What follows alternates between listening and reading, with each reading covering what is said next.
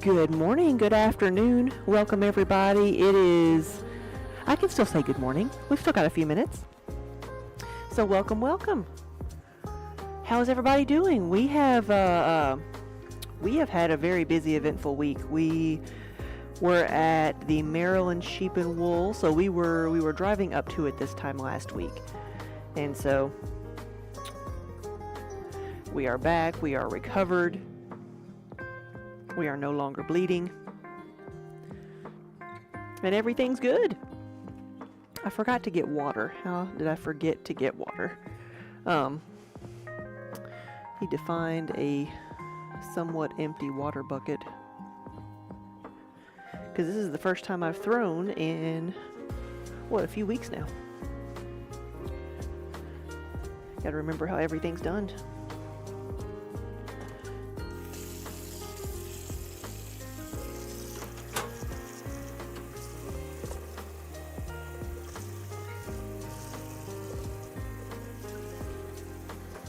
So I'm ready to get my hands dirty again. We've got some more shows coming up, and I'm filling in a bit of stock, but I've also got some custom orders to work on, so I'm going to be doing a few different things here.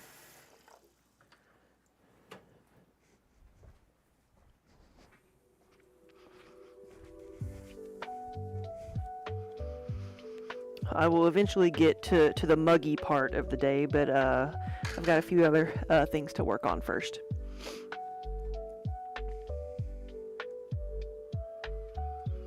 So, and we do have the cats in here somewhere. They're bouncing around. They will come check on us. We also got a fresh batch of clay in today. So we've already had our workout today. Today has already been arm day. And so I have a fresh boxes of clay that are under my table here.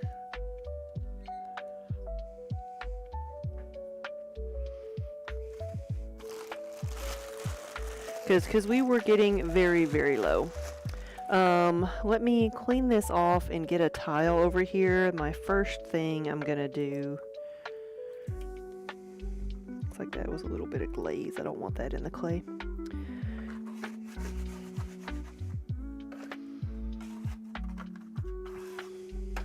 I need to make some utensil holders first. I need to make one, so I'm gonna make at least two.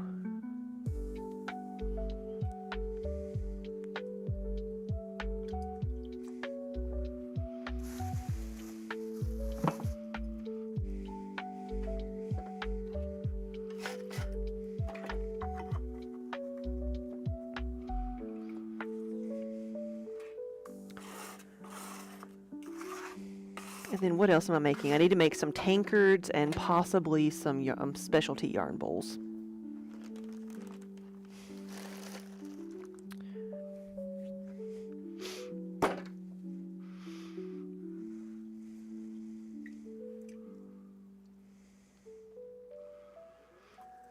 I've got a cut or a healing cut on my thumb right here, and I'm like, so far it hasn't really been a bother to me as it's healing, you know, because it's just a flesh wound. Though I found out, like, I don't, I guess, use that specific knuckle, that part of my thumb, for a whole lot, except when I'm driving. I've realized that's like where I control the steering wheel. Now I was wondering, I don't know that it, like, I use that specific part of my hand all that much when I'm throwing. It's times like that when you realize, like how little or how much of your hands you use.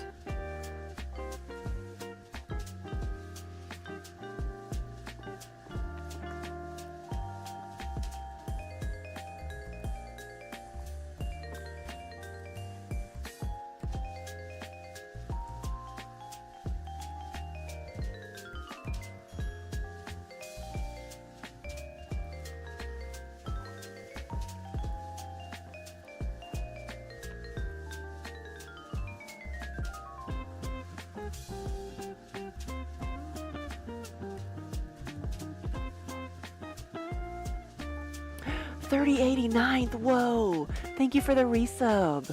Thank you for the 67 months.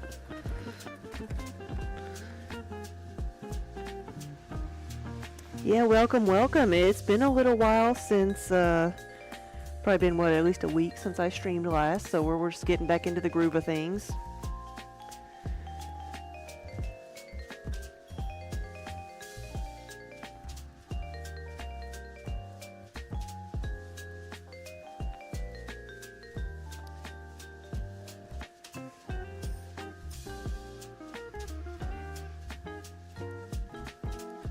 Now what I'm making right now, this is 3 pounds of clay.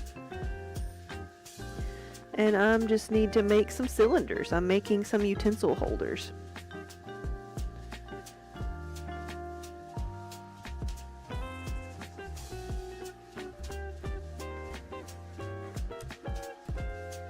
And I've got to see, I might actually have to make some lotion pump bottles if I don't have any here that I can glaze.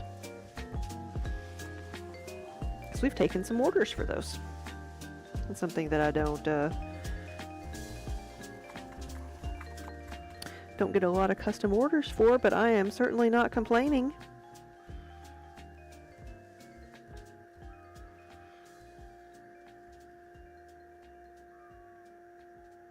What's that look like? That's a little bit wide. Let's this is where that's the exact spot that I've cut on my hand. There we go. It's not too bad.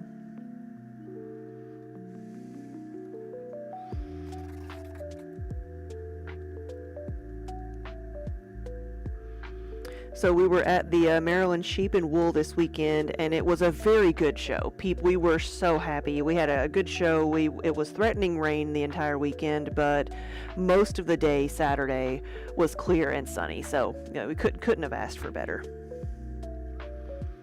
But we paid for it with a half hour of an intense thunderstorm, severe thunderstorm with almost dime-size hail. For about 30 minutes. And at the end of the day,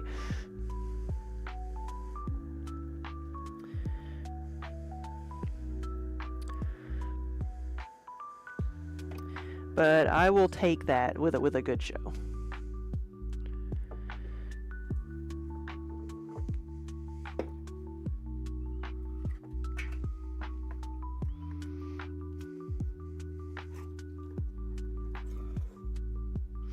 Alright, here's one of these, and I'm going to make another one.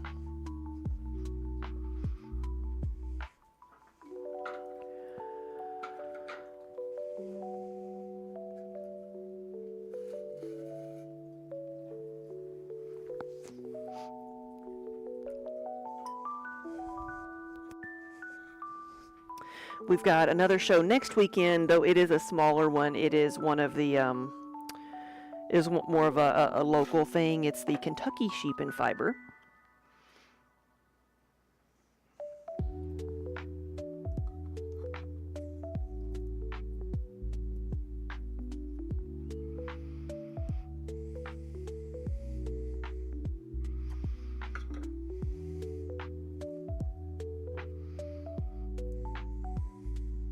You know what? I need a bag to put all my scraps in.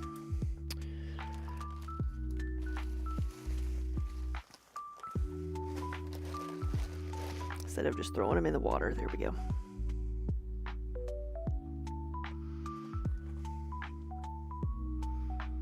Kind of save some of the scraps that are not just liquid.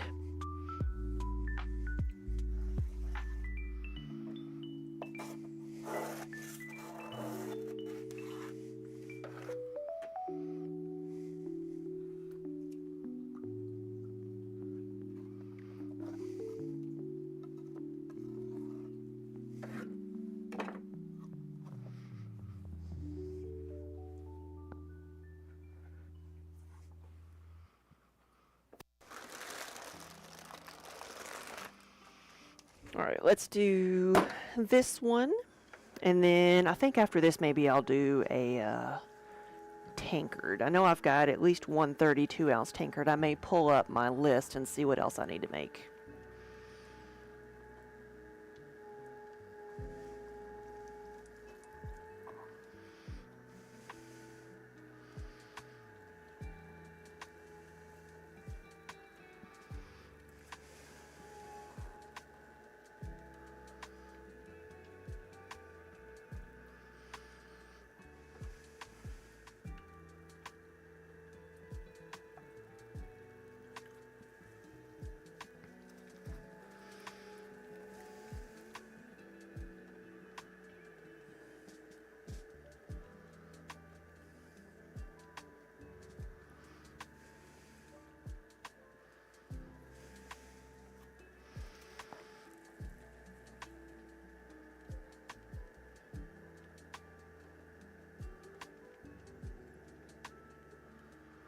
So these, I called these a utensil holder, and that's what they are. They are part, you can get them as part of a full canister set, or you can order them just by themselves.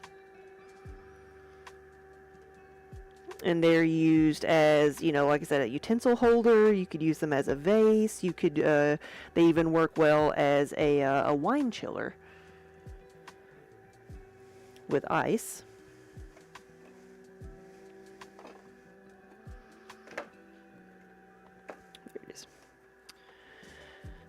My tool got buried.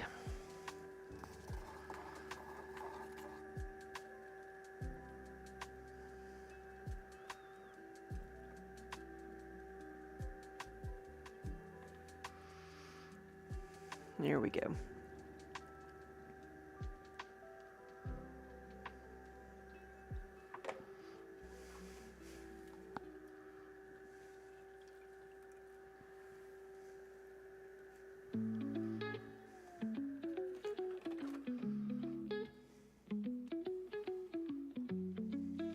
There we go.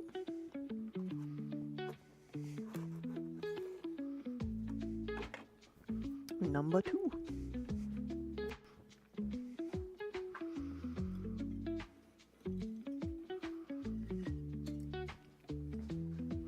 Now let's see, a 32-ounce tankard.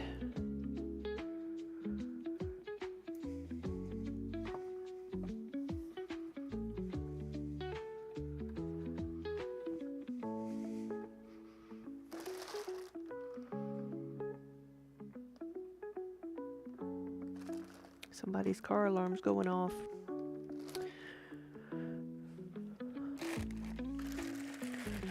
Let's see this. Let's get this right there for the moment. Let's see what this one is.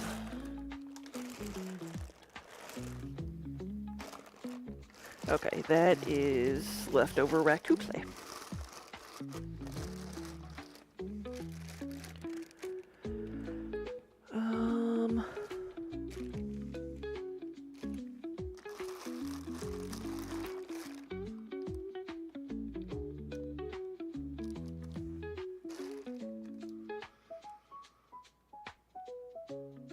This is 1.5 pounds.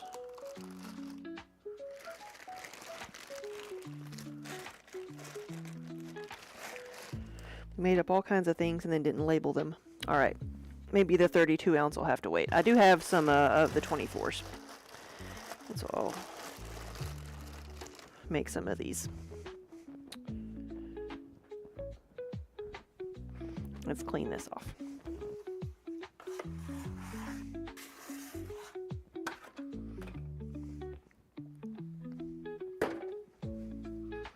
Let me see what...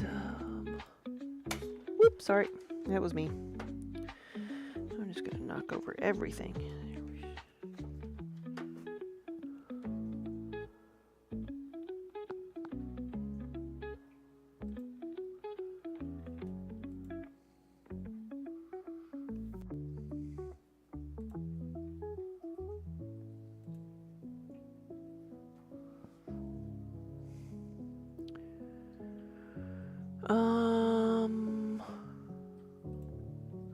Website orders and tankards. So I need at least 4, and I think I've got 5 I can do here. All right.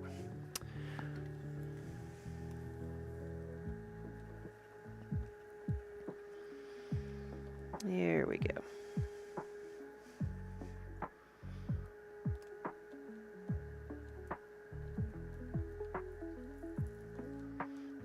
Make that too thin. We'll see if it survives me cutting through the bottom. Have to remember what I'm doing here. I'm making a tankard. This is 1.5 pounds, and it is going to be wider on the bottom.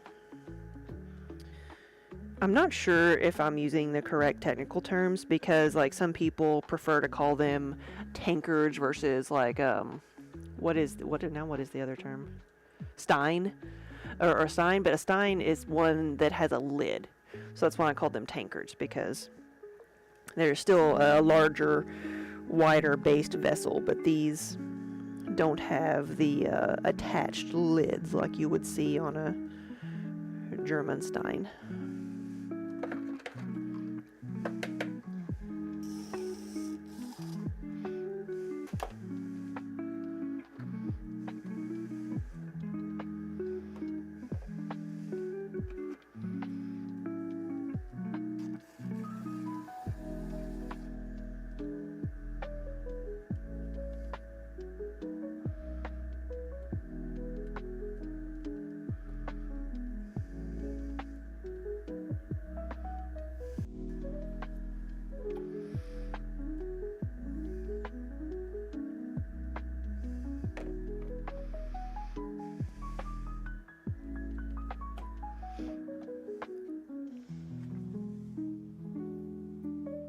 I did it right. We left enough room. All right.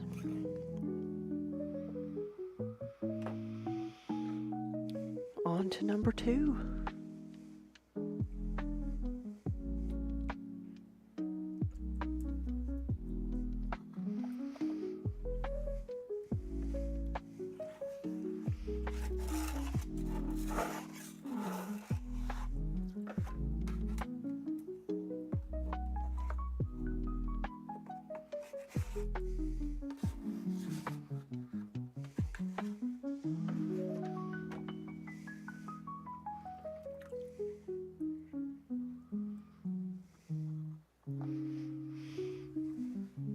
Whoop, fire in the hole.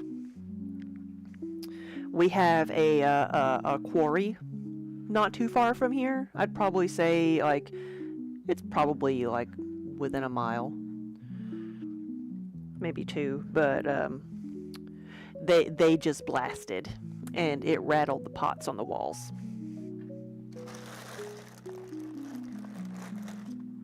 The very first time it ever did that, we like ran out into the street like freaking out, trying to figure out what was going on, and went and asked our neighbors what happened.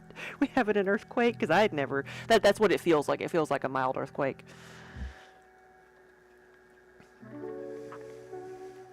I know, no, it's just the quarry. They do that every so often.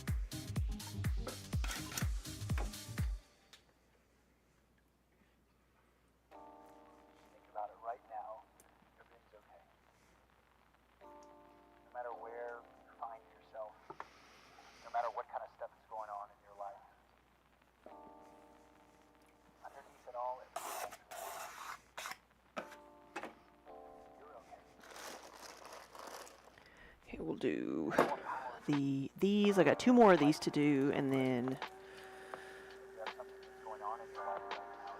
I might make a few 10-ounce mugs because I just need to, I don't want to forget them. And then go on to the 20-ounce.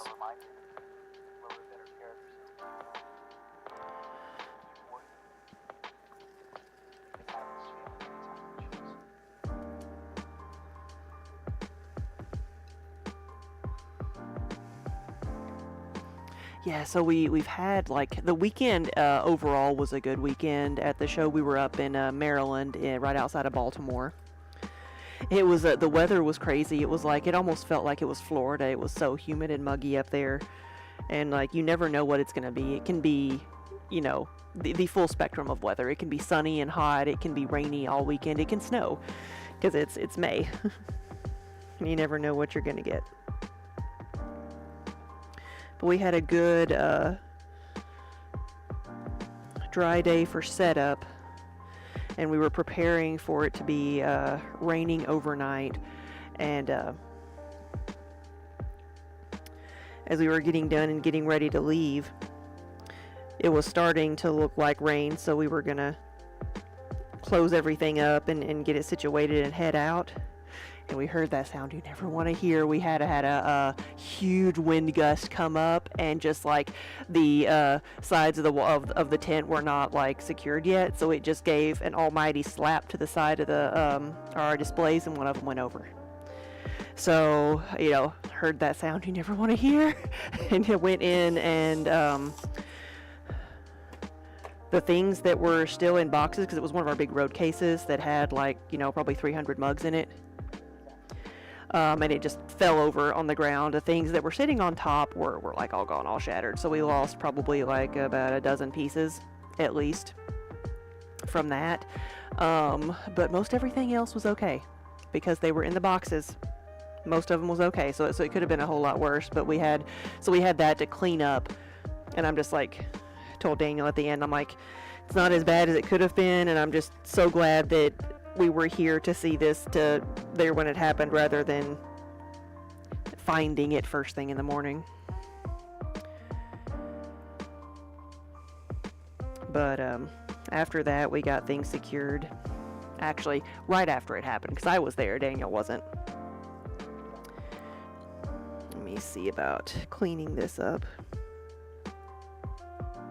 I had a Scooby-Doo moment where I was like running around because this happened. The wind was coming up. It knocked over one display, and I was terrified it was going to knock over everything. So I was over here, holding things up and getting things off the top shelf and moving things that weren't packed up, and running around trying to figure out what to do next. And I had a Scooby-Doo moment because I got tangled up in the sides of the tent, and I went down making a blood sacrifice.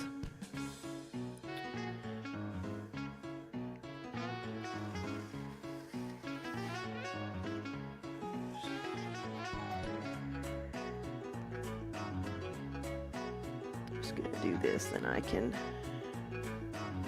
stretch that one out a little bit at the bottom.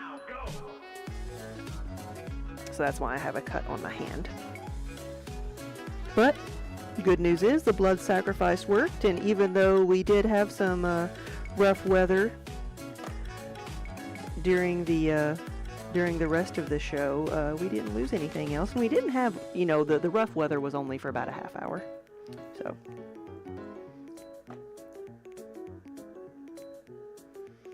and we managed not to have anything else get knocked over, and we are in a better position to handle the rain than a lot of the vendors that are there, because they're selling wool and fabric and yarn and things that should not really get wet.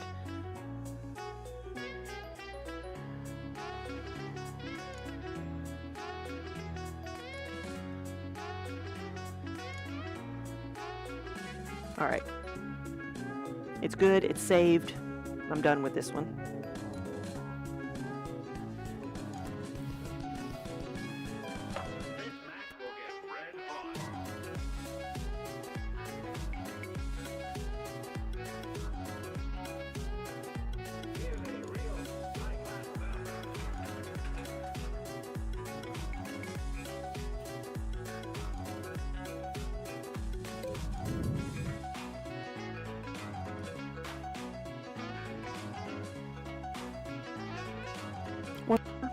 Okay.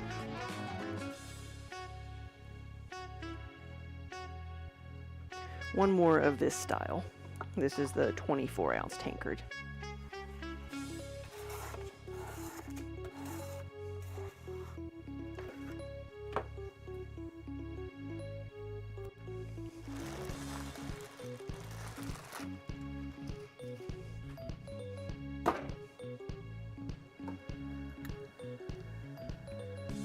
So how was everyone else's weekend? I know there was a lot of rain everywhere. And there's a show that always happens in Nashville the first weekend in May that always has such bad weather. Like every single year it's been something in May. I mean, that is just the time of year. It is.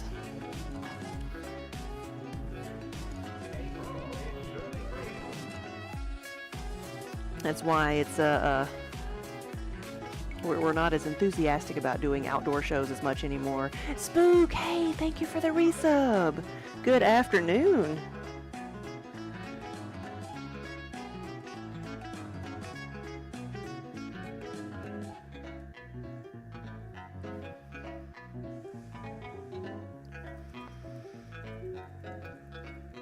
I'm working on a few tankards here that I'm going to be making a little bit of everything. I don't know if I should do any of the travel mugs yet. I probably should just do the regular mugs. Wait until my travel mug lids actually come in.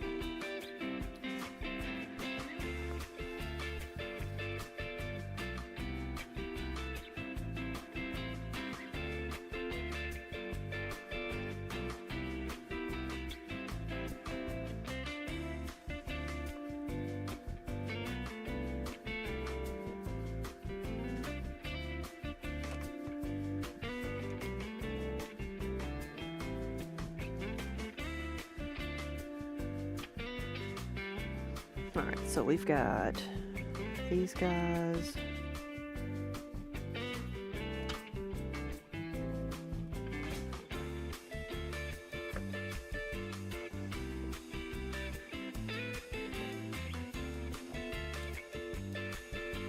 Let's move this over. I need to make a larger tankard, but I do not see that I've got one of those pieces measured out. So if I come across it, I'll make it. If not, I'll leave it for another batch.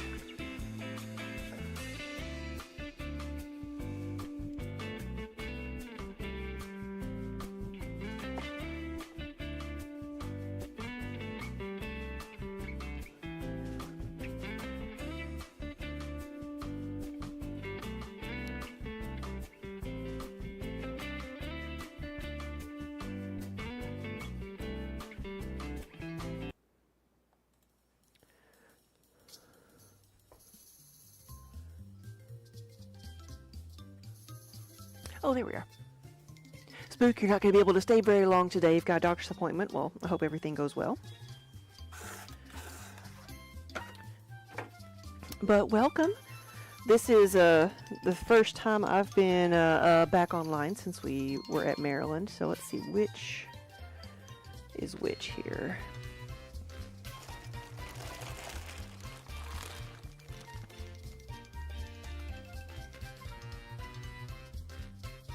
Okay.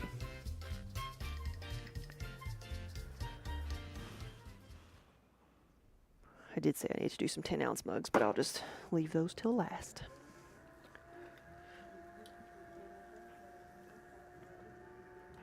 Jazz Club.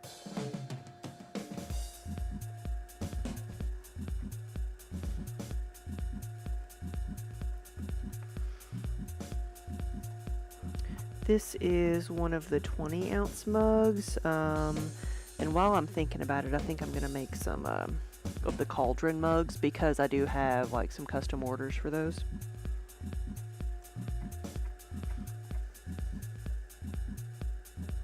Really flying the music. Okay.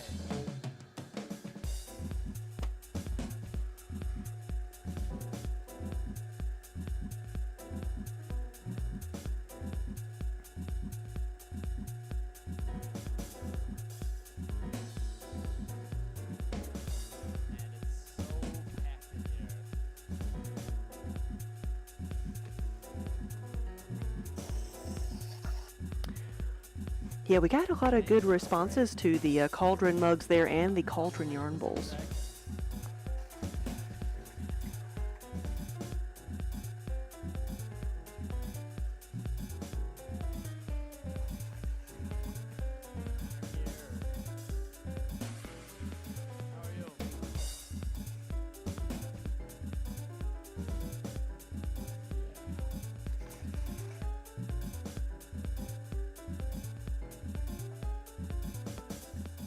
What's that look like? Thank you. Yeah, man.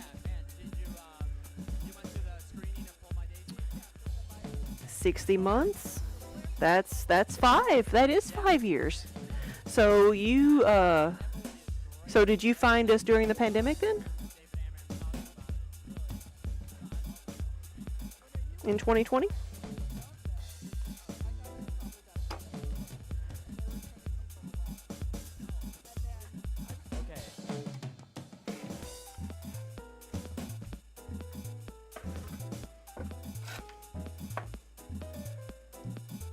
Devi? Okay. Yeah, I remember at one point you, like, I knew who you, like, raided through with, but I've forgotten. Because I feel like you found us through a raid. You know, why I remember that, I don't know, but just one of those random things that sticks with you.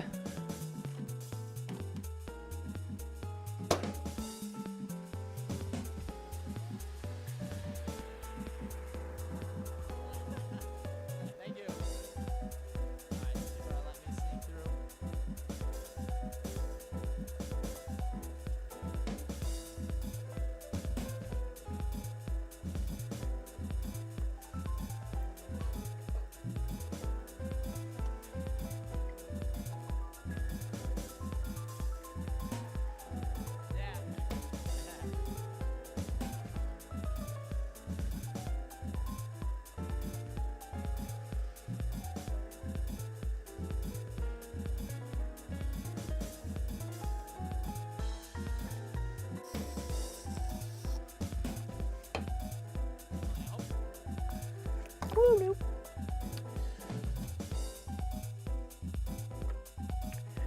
There we go. Hear a little bit right now. We're kind of giving the drummers some flow.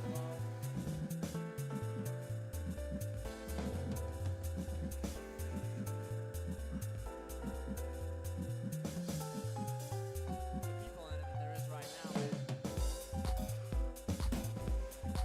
Right now, about, I mean, it's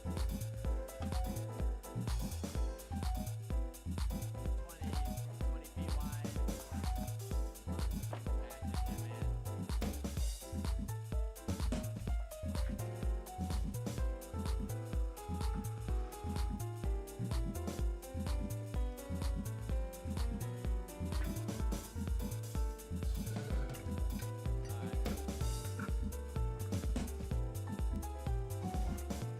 So since I have orders for 2 of those, make an extra.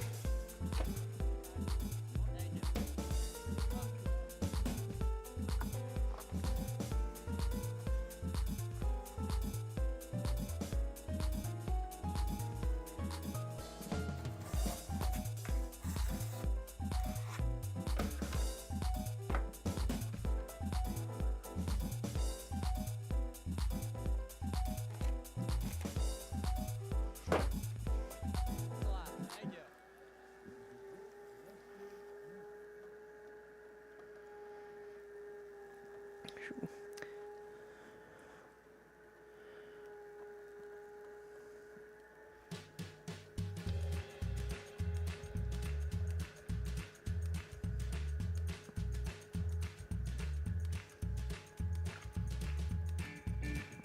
So we've been using a lot of reclaim lately because we were almost out of clay, but Daniel was able to go pick up our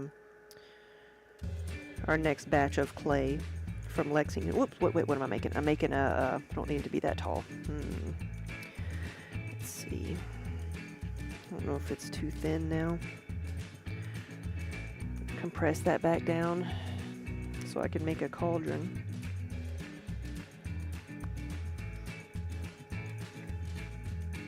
Let's see how it goes. So we've got a fresh batch of clay in. We have a fresh ton of clay in.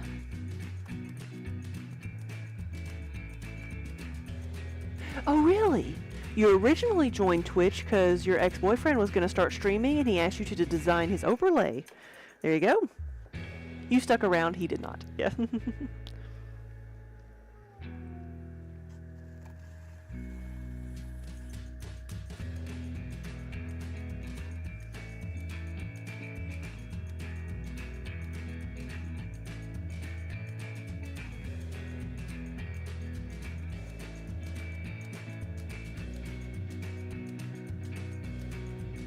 Soften that up a little bit. All right, there's 3. Then 1 more. So we have already had our arm day today. We have unloaded 2,500 pounds of clay. 50 pounds at a time.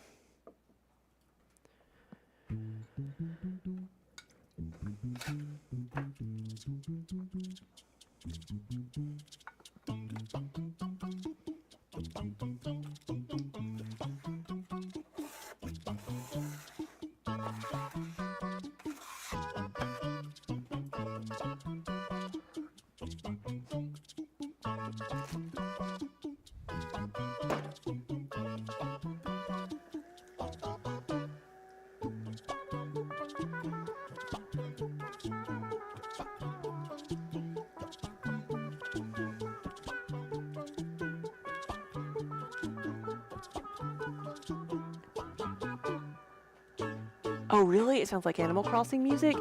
This is just one of those songs that's like, you hear a lot with, because it's non-copyrighted, so I hear it in a lot of like ads and things.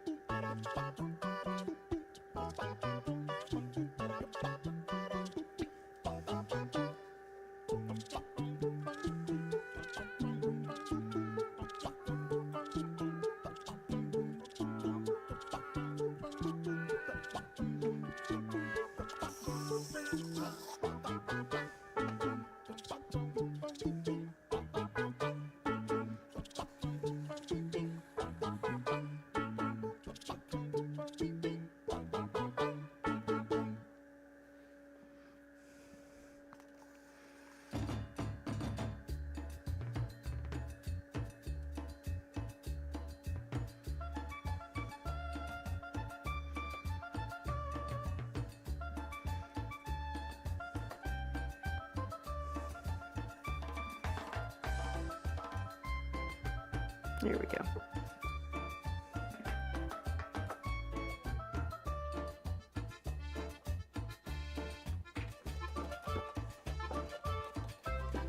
Tangled up here. All right, so we have 4 cauldron mugs and 5 tankards.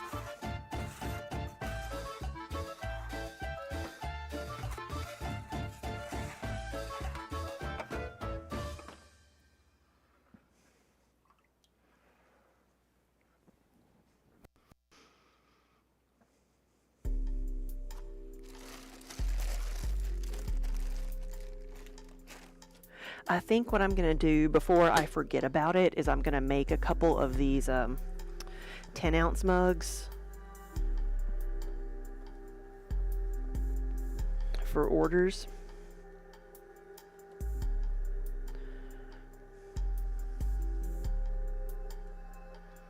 And then I'll get on to making some of the 20-ounce mugs.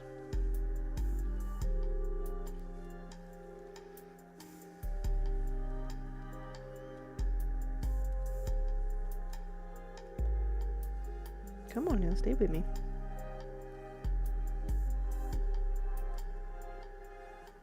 Usually the 10-ounce mugs aren't the ones to mess up.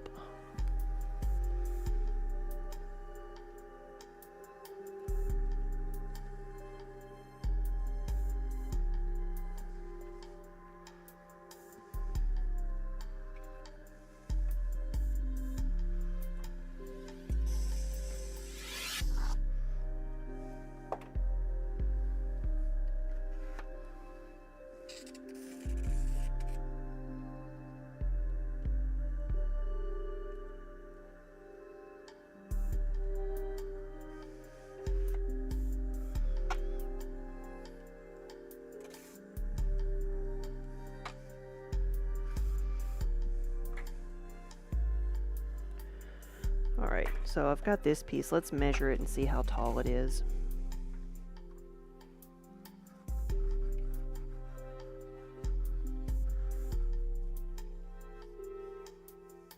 Okay, this side.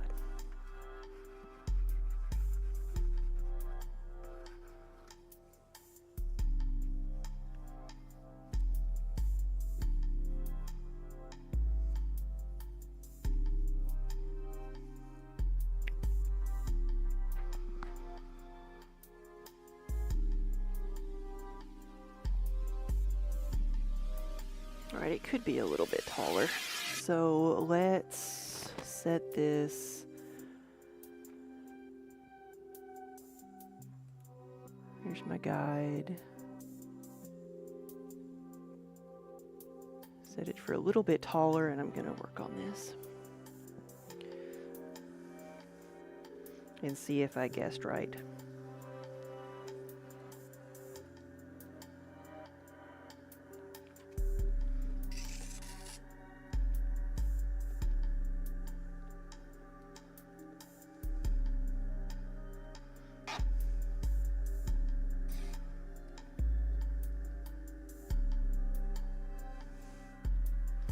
Okay, that looks better.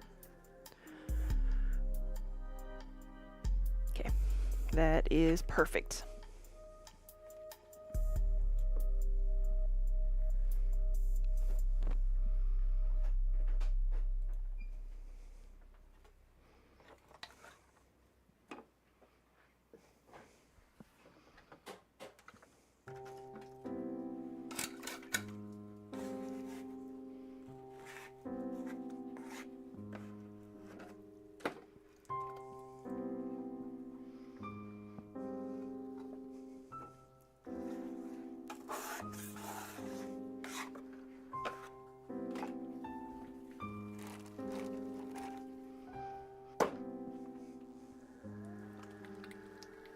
Wombat, hello. Good afternoon. I grabbed the wrong one. Okay. I grabbed the wrong piece of clay, so this is going to be a regular mug. Same shape, just taller. I meant to make one of the smaller ones.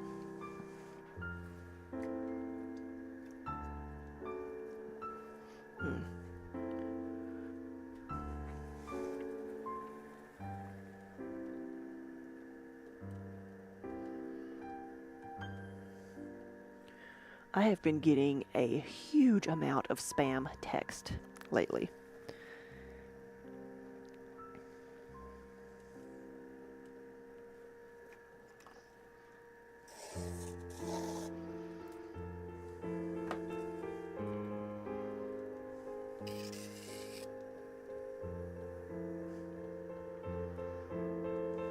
I don't know why it come in waves, but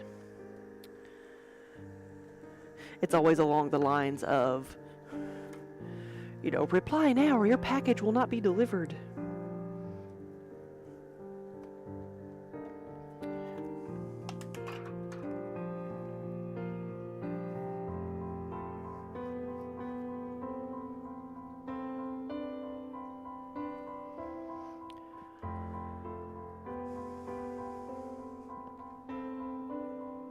That is correct.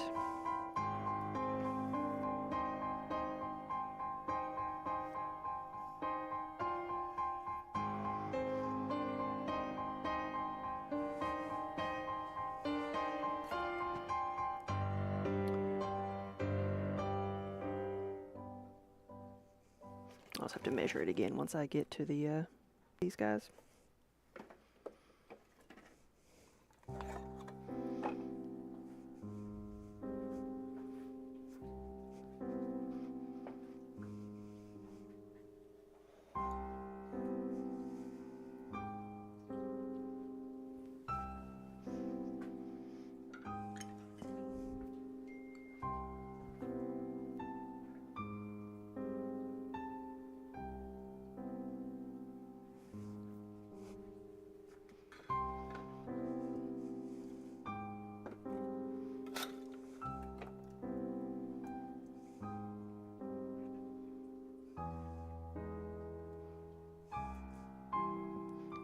All right, Spook. Well, thanks for stopping by.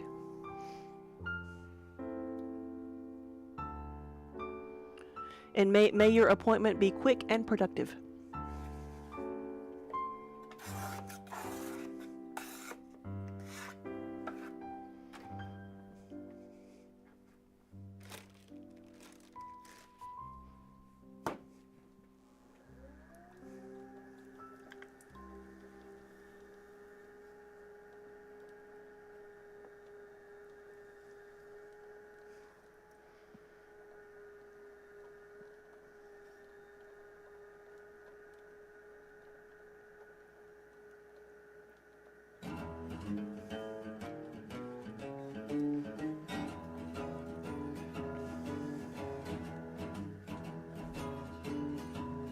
Okay, this is the 10-ounce mug.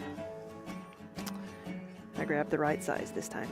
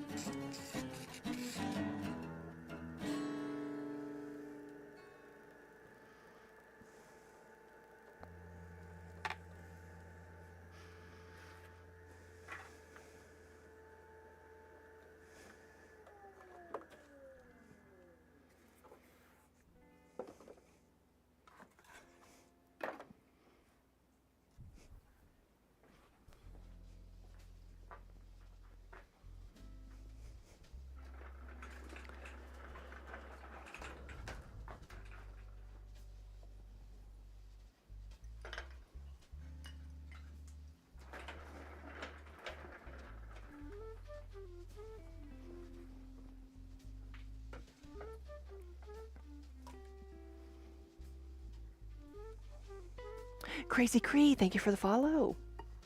And good afternoon.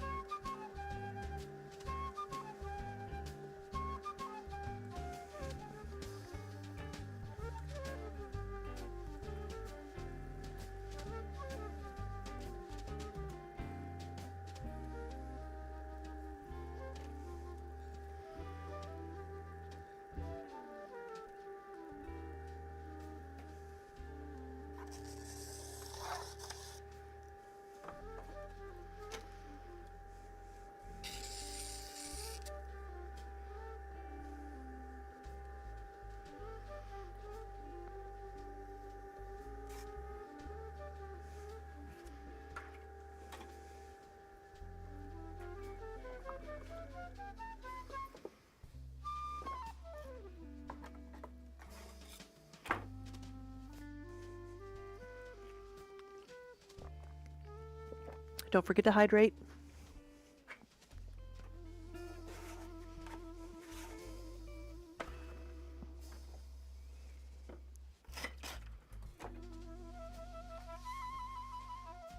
Our coffee shop next to us has started carrying a lot of different bobas and been making boba teas and boba coffees.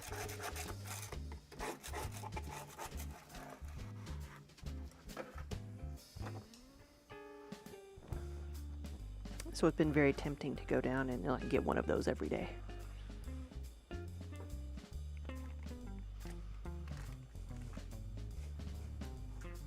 And then I realized that you can buy boba bubbles and such like online and have them delivered. Like you can get a gallon jug full of them.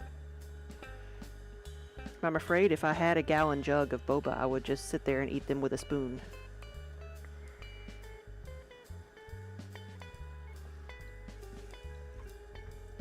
Welcome back, everybody.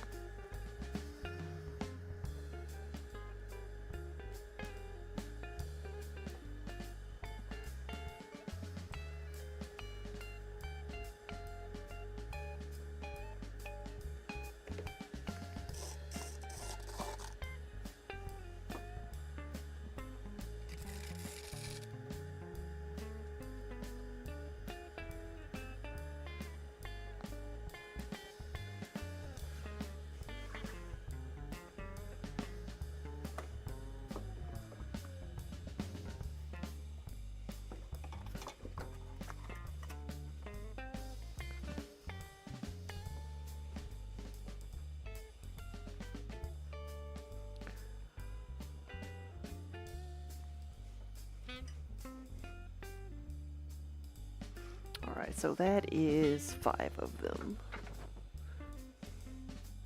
I'm going to see how many I actually need.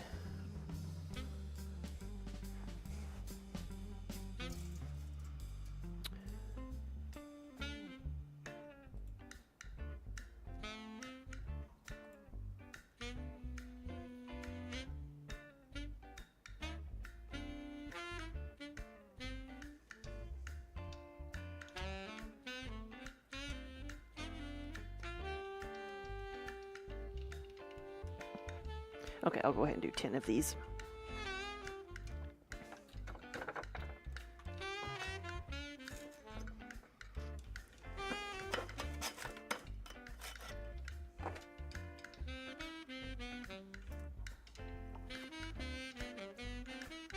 But yeah, I was talking about like the boba teas. I hydrated with my Sonic tea.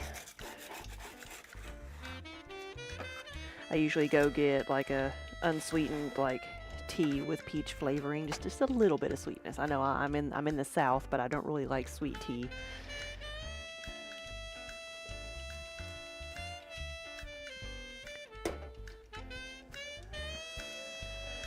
but our coffee shop on the block here has started doing boba teas.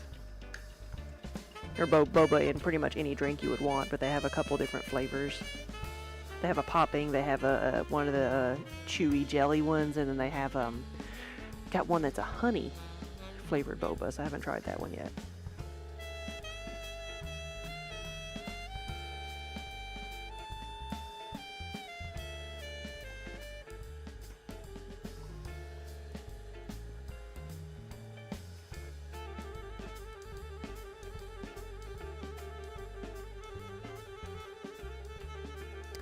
But I also saw where you can buy the boba, like, bubbles just, like, on Amazon or online and have them shipped to you, and, like, I don't know that I could be trusted with a gallon jug of bobas. I feel like I would just be sitting there eating it with a spoon.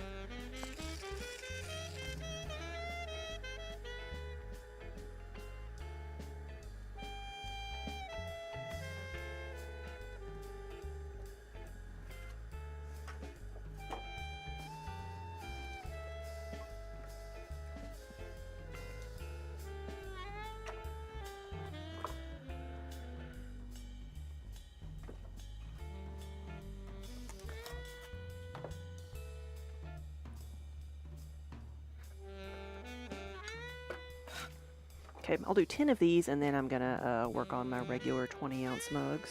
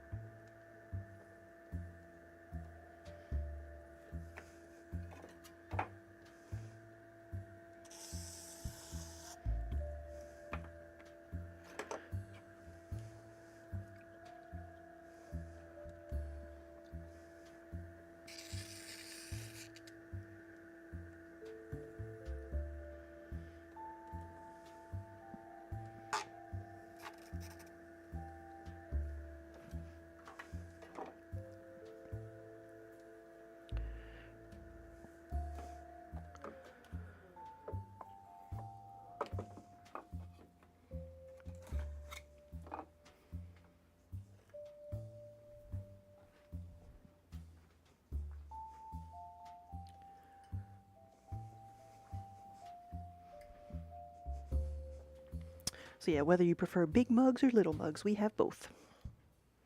10 ounces all the way up to 32 ounces.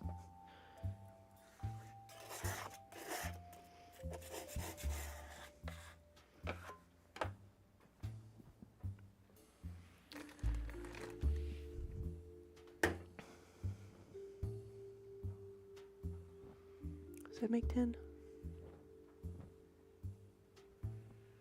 Well, it's just 8. Okay. Celeste, hello. Good afternoon. You had to leave for a moment to look up boba tea. Yes. You've never had it before? Where are you at? Because, like, I guess I've seen boba tea, like, you know, actual just boba tea drink shops for probably at least 10 years here. And so now it seems like it's the type of thing that, like, I think even, like, you see a food truck at a festival. When you have food trucks at a festival, one of them's probably going to be a boba tea truck. And then there's so many different varieties.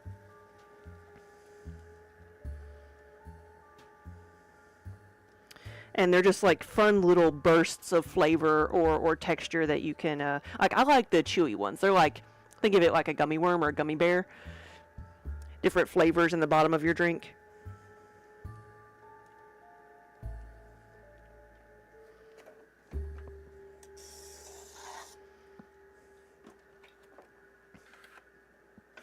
In North Carolina?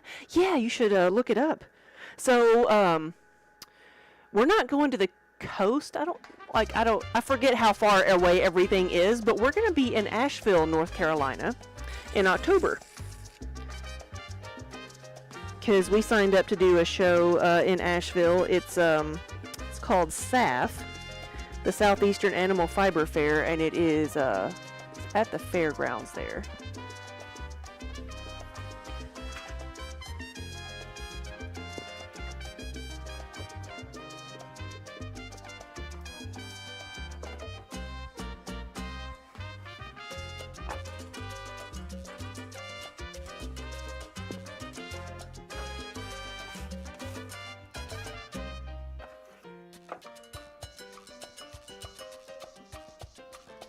Don't know if you should try it because they sound addictive. Although they are, they're well, sometimes I think of it as basically grown-up Kool-Aid. You know, it's just flavored drinks.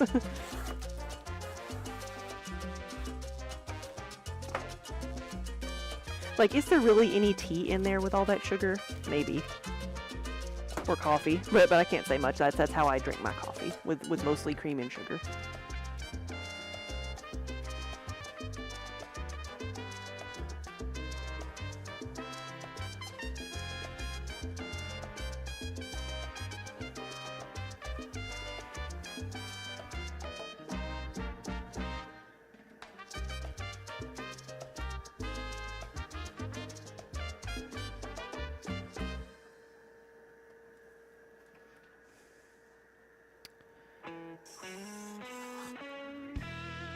You have a friend, Tail Spinner, that goes every year. She has Angora bunnies, yes! Oh, so, like, SAF was the very first fiber festival I ever went to. And so we've been doing it. We did the show for years, and then it, like, we haven't done it since before, like, the year before COVID or whatever. Maybe 19 was the last year, because there were a couple of years it didn't happen, and then it scheduling put it on the same date as another show we were doing, so we just had to drop that one. But this year it's not conflicting with anything, so we signed back up for it. But it was the first place that it was the first fiber festival I ever went to, and the first place I saw one of those Angora bunnies. And like, my booth was set up like next to the room where they were showing people how to shave the Angora bunnies, for their fluff. And oh my gosh, I'm surprised I sold anything, because I was just like, had my head in the window, like looking at all these like poofs, the tribbles with ears being shaved bald. And then of course at the end, what did they do? Because it was October, they put sweaters on the bunnies. They put Easter egg sweaters on the bunnies, because now they are cold.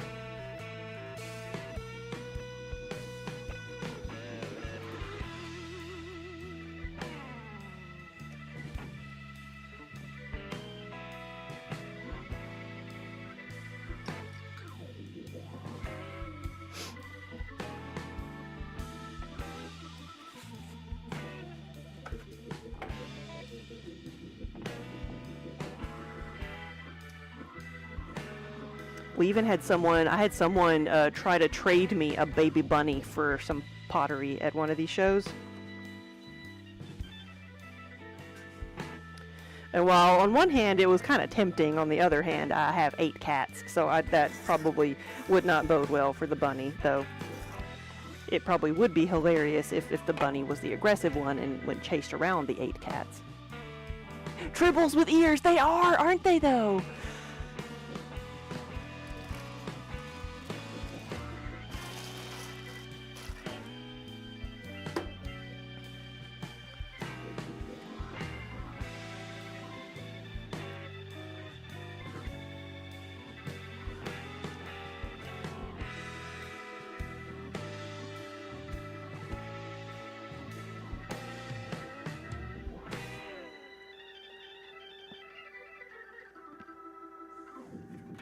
Because there's different sizes of them. Like, some of them are very small and petite, but there are others that are, the size of a large cat, like Kiba was. Maybe even a little bit bigger. They definitely look bigger with all their fluff.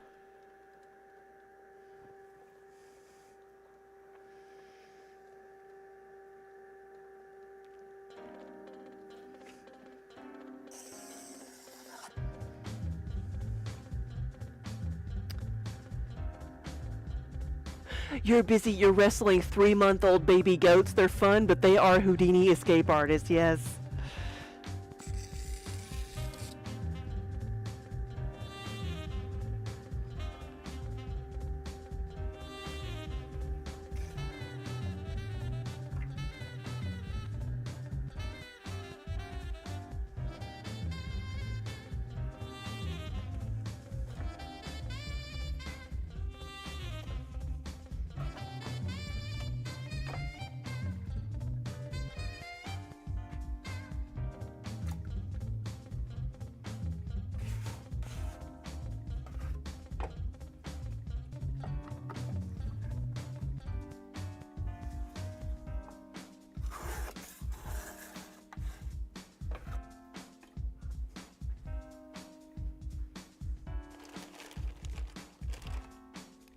Like, and the word tribble, like, I real, the little poof balls that maybe you put on the end of a toboggan, or a knit hat, or people make things out of. Like, I did not know that, like everybody calls them tribbles that I know, but I did not realize that had become more or less an official term for the little poof balls that you can make out of yarn to decorate other things with. And like, I listened to a podcast called A Way with Words, and it's all about people calling in. It's like, hey, we say this. Why do we say this? Or my grandmother said this, but I've never heard anybody else say it. Is it something she made up, or is it mean something else? And it's just a very, very interesting podcast. It's I enjoy it because I enjoy learning about linguistics and how we say things and why we say things.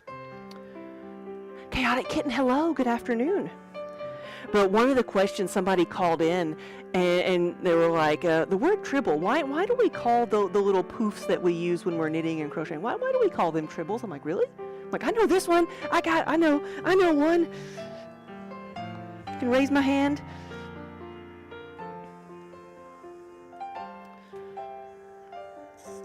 And it's become such a part of pop culture that people don't even remember where it came from anymore. So you're back home. Wow. So was it like 3 months you were there? Did you have any problems getting back home? Well, I guess you started in Canada.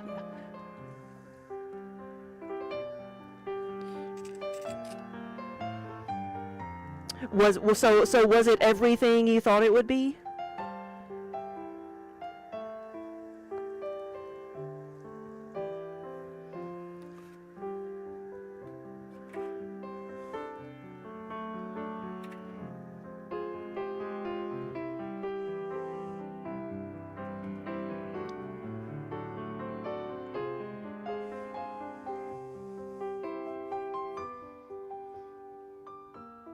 No, I enjoyed when you would come in and give us little like updates or a glimpse in the life of, So this one's a little bit too tall. It was better than you thought it would be.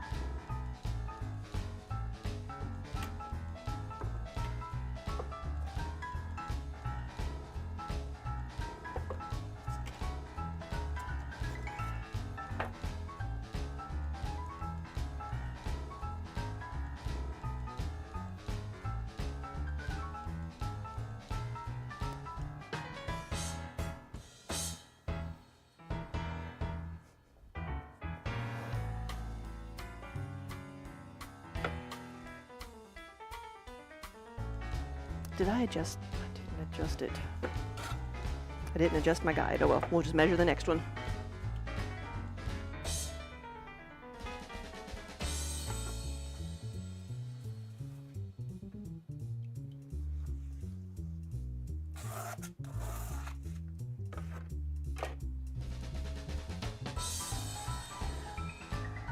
Well, that's so nice, Gouty Kitten. So did you say that you were like doing like, was it work or education that you were doing as well as just sightseeing?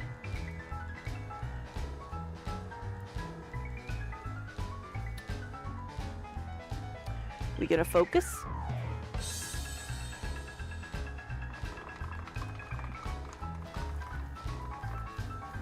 Belzy, thank you for the resub.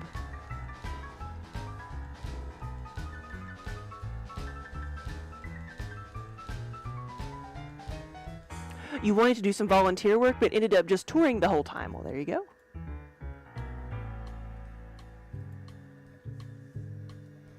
Let's see if I can do this.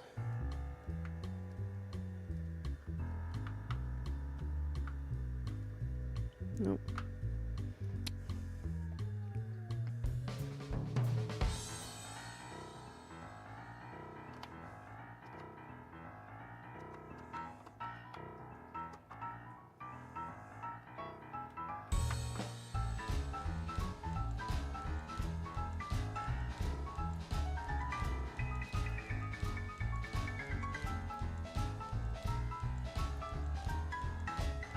Here we go. Let's try this again.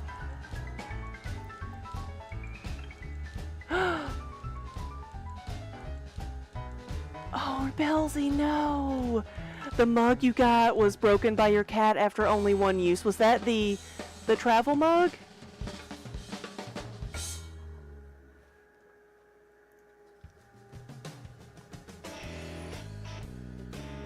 Like how badly broken? Like a million pieces or just like a handle or a chip?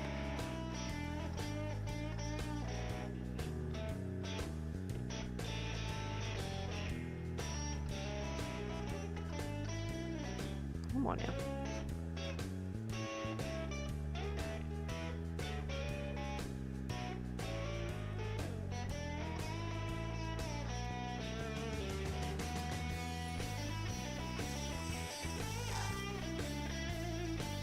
You went on probably every single day tour from Dublin because there's so many castles, abbeys, towers, ancient tombs, mountains, etc. Yeah.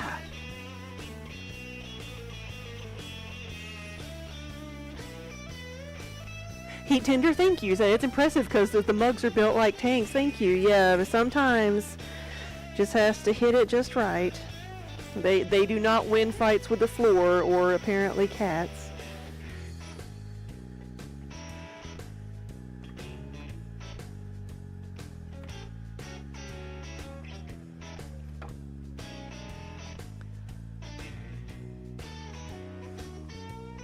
Well, Belzy, if you want to figure out how to get it there, I do have another because I made 2 of those.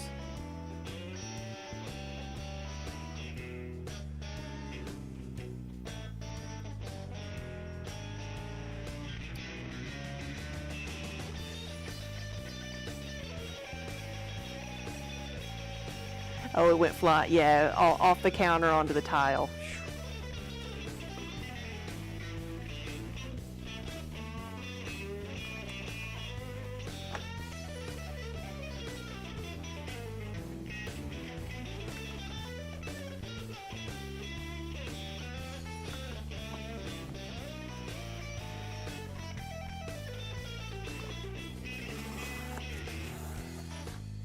Yeah, we had some broken pots this weekend. We were at a show up in Maryland, and for most of the time we had really good weather.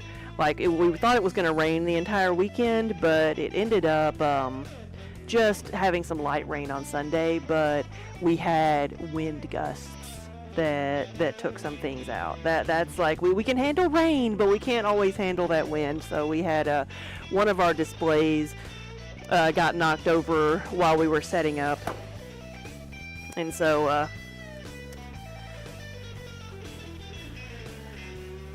we lost over, well, it was somewhere around a dozen pieces, maybe a little bit more, a dozen to 20 pieces, because I had taken some things out and set them up on a shelf, and the whole shelf display went over, but it had probably 300 mugs in it, so I'm glad it wasn't worse than that. But so that was before the show even started. So we And as I was like flailing around, because I was outside the tent and I heard that it all happened on the inside, so I'm glad I wasn't sitting next to it, but I heard that sound and I'm running in trying to make sure nothing else is going to fall, and trying to move things around, and I have a Scooby-Doo moment where I get tangled up in the actual tent walls of the tent, and I go down and take a few things with me. So I've got like bruises on my arm, and I cut my thumb. So I made, that blood sacrifice. That's what I was calling it after everything was said and done. I'm like, I made a blood sacrifice, so this is going to be a good weekend, and it worked. We had a good weekend.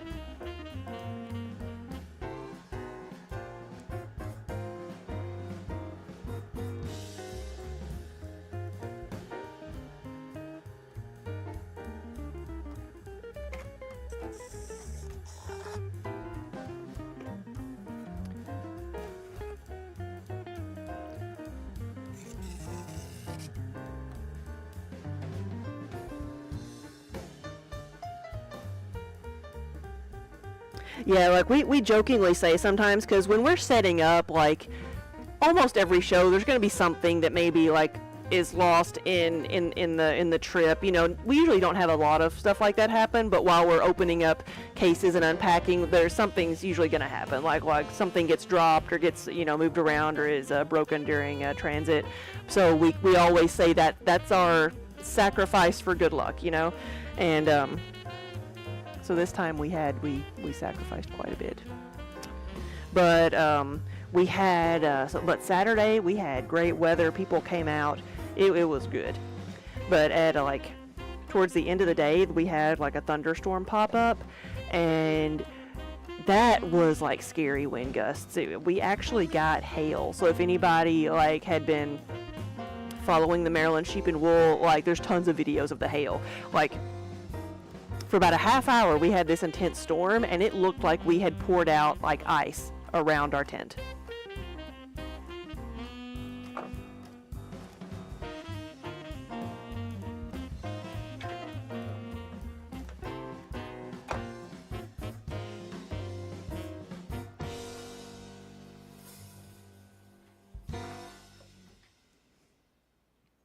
And it started out as a heavy, super heavy windy storm that came through. So Daniel was holding down some of securing the tents and holding things back from the displays so it wouldn't slap into them and cause any more harm. And some of the other people that were in the booth that just happened to be caught at our booth, they started helping, and we were getting some things secure. And I look around, and when I realized it was hailing, I looked around, and it was so sweet but also funny. One of the people that was in our booth had their umbrella out, and they were protecting the yarn bowls that were at the front of the booth where the hail was coming in.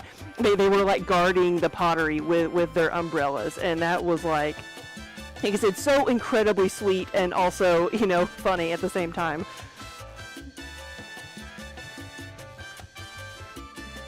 So we're just pulling everything as far into the booth as we can, and everybody just sheltered until it was done. It didn't take that long, but it was.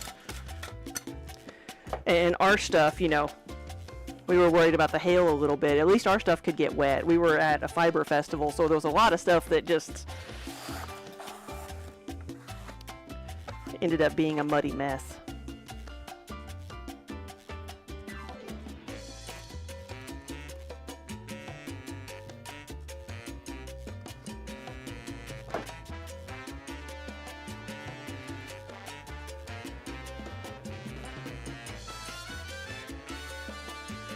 And it was one of our big Bertha bowls. I don't know if anybody remembers, we had a large, probably 13, 14 inch raku yarn bowl that we take around to different shows because, it's a big one and it's expensive, but it's kind of eye-catching. We made a video of it last year of the making of it. And that's the one they were protecting. It's these are our people. We don't care if we get wet, if we lose an eye to the hail. We got to protect the pottery.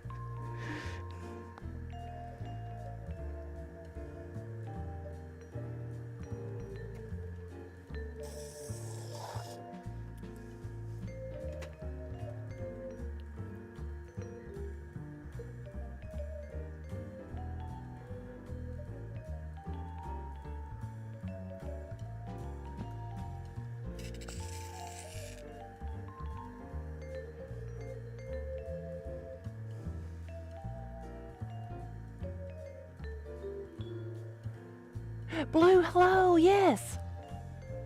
Yeah, we made it back. You're in the woodturner's booth. So, like, how did y'all fare in the storm? Did you have any damage? Your husband loves his mug. Good. I was just talking about the storm that came up and all the hail.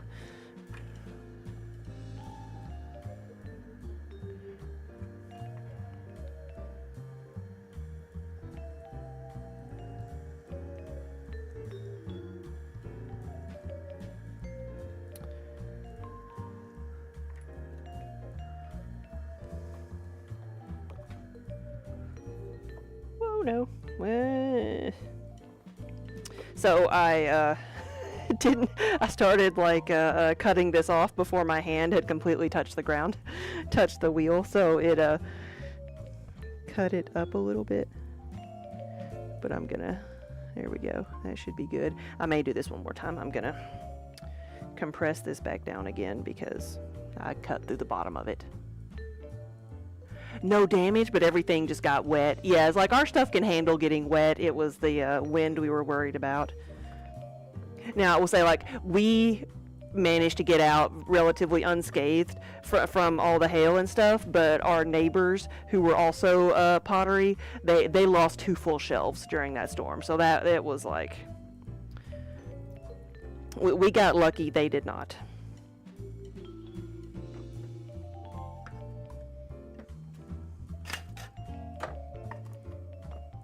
But nobody got hurt.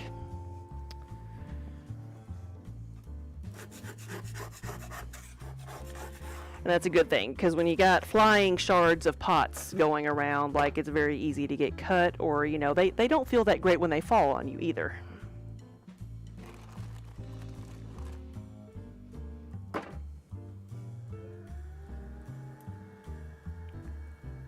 Oh, good. Yeah, you rent your tent from the staff. We do too. Yeah, and the front flap, and they tucked the front flap pretty securely, so it took an effort to free them.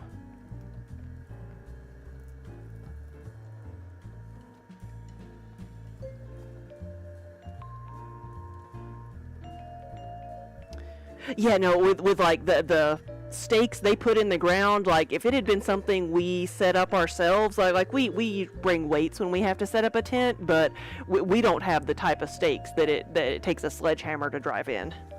No, I know that tent wasn't going anywhere.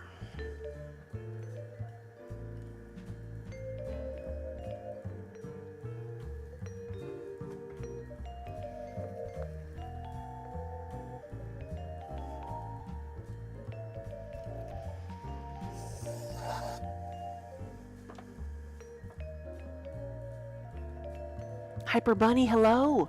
What is this? Reaper Minis. Thank you for the raid. Welcome, everybody. Good afternoon. It's already muggy in here today, and I'm just making it worse. But we got all of our, we got a new pallet of clay in, and we got all of that in before I got started, before the rain is coming today, so we've already had our arm day today, moving 2,500 pounds of clay, 50 pounds at a time.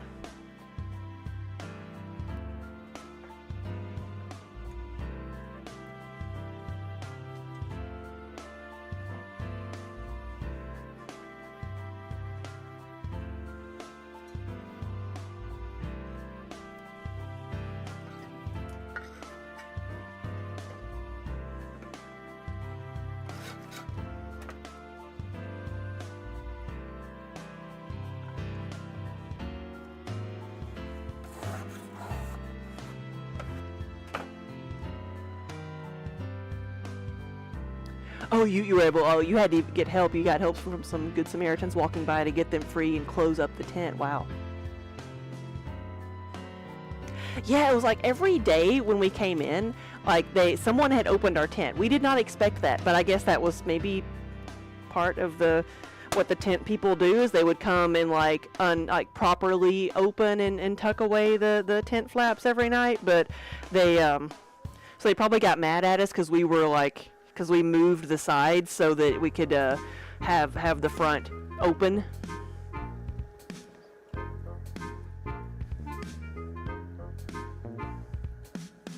And then added extra tarps on the back for an awning. And they would take all of our stuff down every night. Okay, so it was, yeah, everybody. First we thought something was wrong, but then realized we were just probably a little bit later than everybody.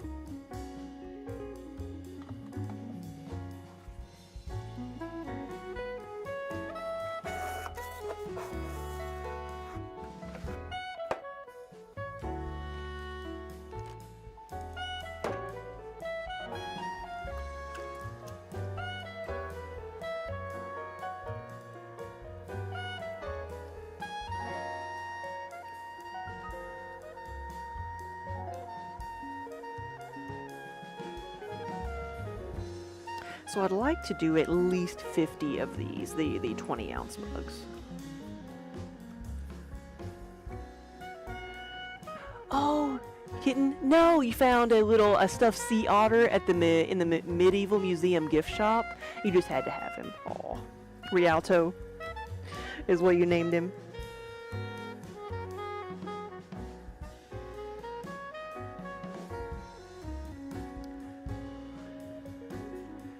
Reaper Minis, thank you for the resub. Yeah, good afternoon and welcome. What were y'all working on today?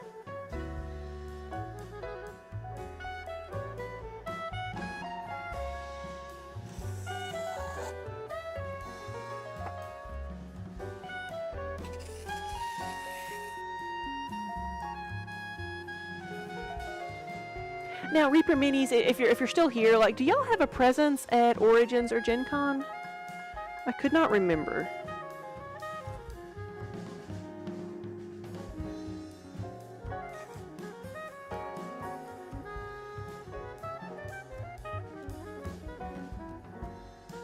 Oh, there's a Rialto sea otter at the Vancouver Aquarium. I wondered where the name came from.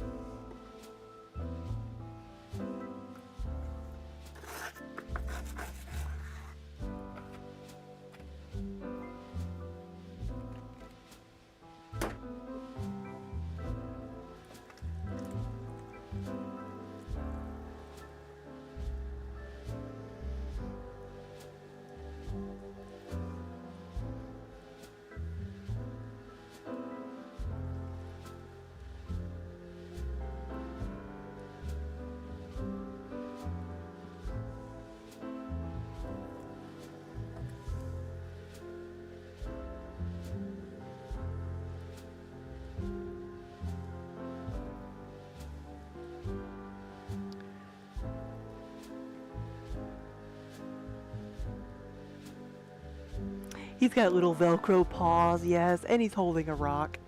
With his little Velcro paws, he can hold anything.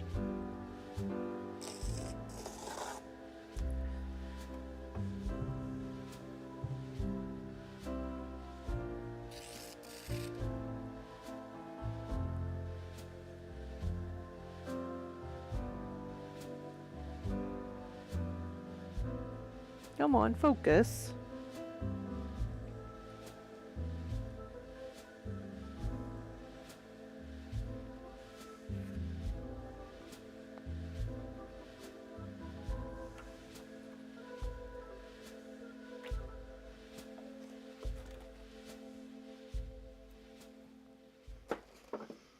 There we go.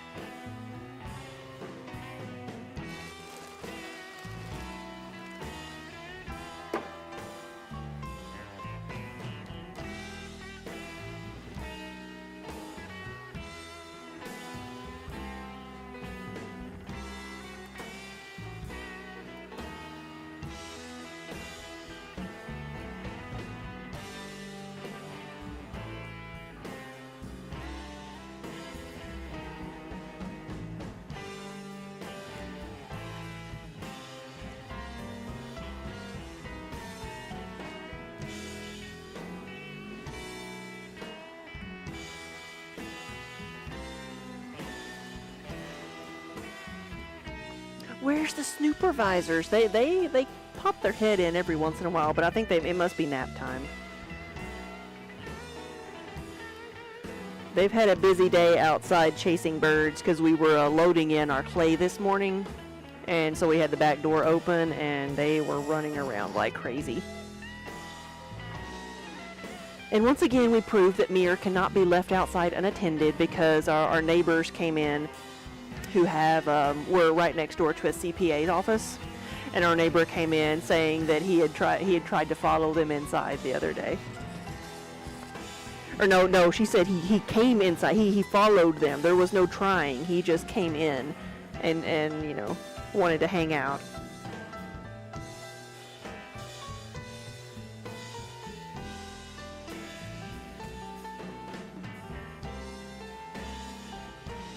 He's probably like, what type of pottery do you make over here?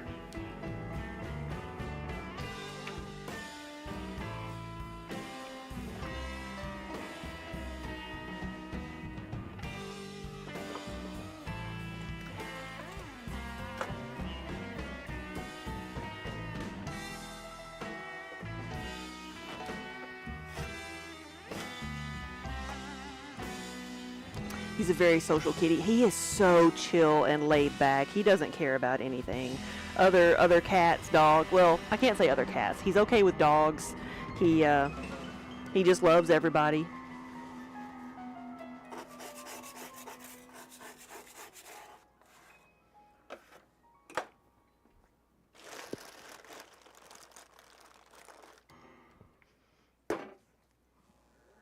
He's almost a year old. They said he was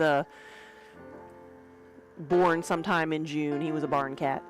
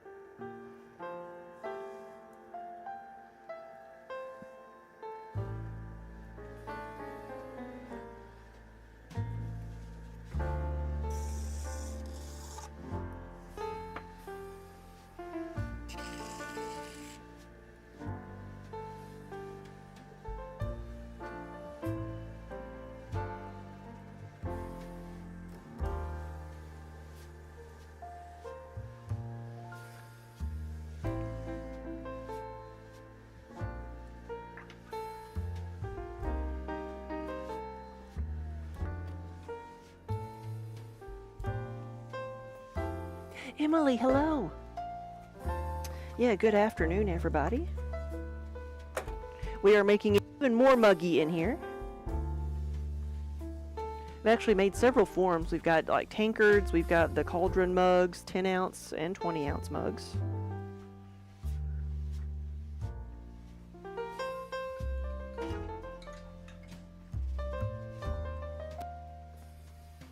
And I want to do about 50 of these 20 ounce mugs, so we're just starting on them.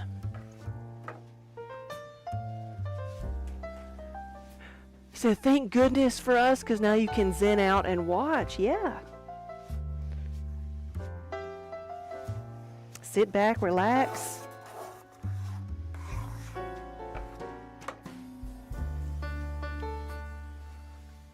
Pretend there's a cat sitting here sleeping.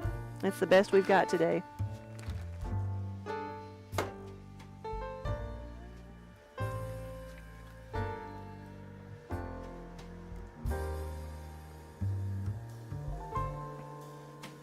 I need to find some more of the catnip that I found for Mir. It was a random bag that was in here. Who knows where it came from or how long we've had it, but I put some out for him, not knowing if he would even care about catnip, but he went crazy. But it wasn't regular catnip, it had something else in it.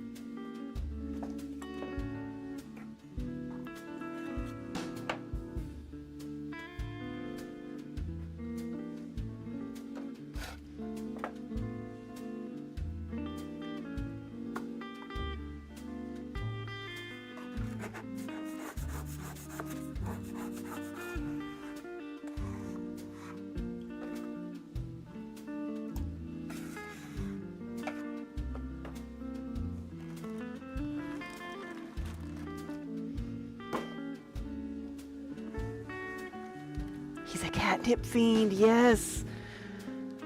Like I would get some out and put it on the cat bed, and then I think I like tucked the bag like in somewhere around here, and he would find it and carry it off. We came in the next day, and the bag was in the front of the studio, and there was just catnip everywhere where he had like chewed up the bag.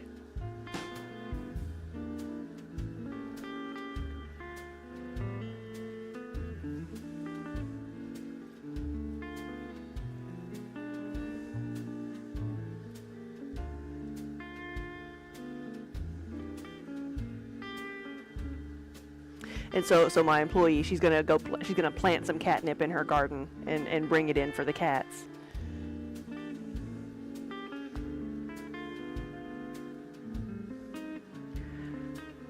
It's like, I wonder if we could plant some back here in our lot. It's like we have weeds that grow. How much does catnip need to grow?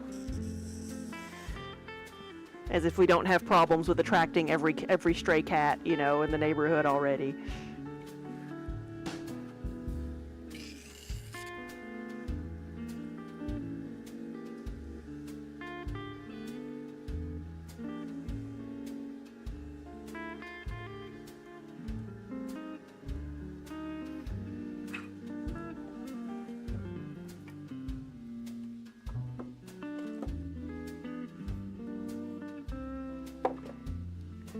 Your cat Blackie was a catnip fiend too. It was a challenge to hide the catnip from him because he knew where it was every time, yeah.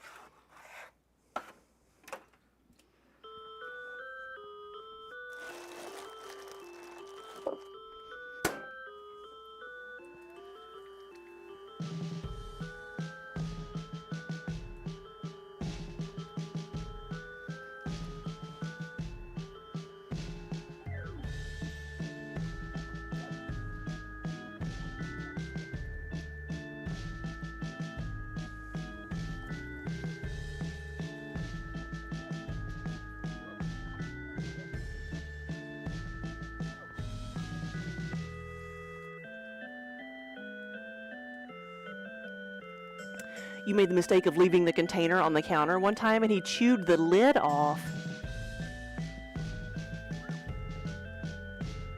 I've never had anybody chew a lid off, like a screw top lid, but I have had a cat figure out how to unscrew the lid and get at the food. And that was just regular cat food. That wasn't anything special.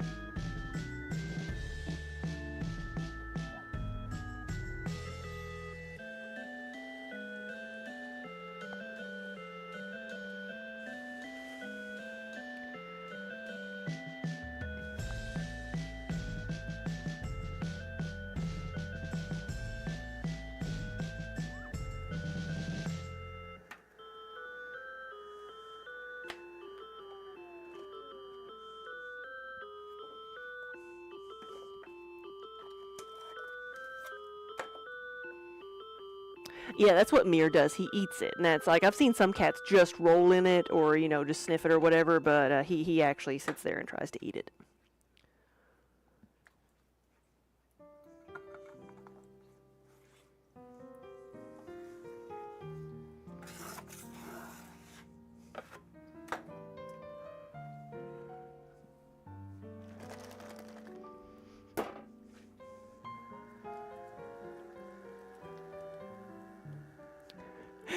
He just popped on and off, so he pried it off with his teeth. There's little holes everywhere.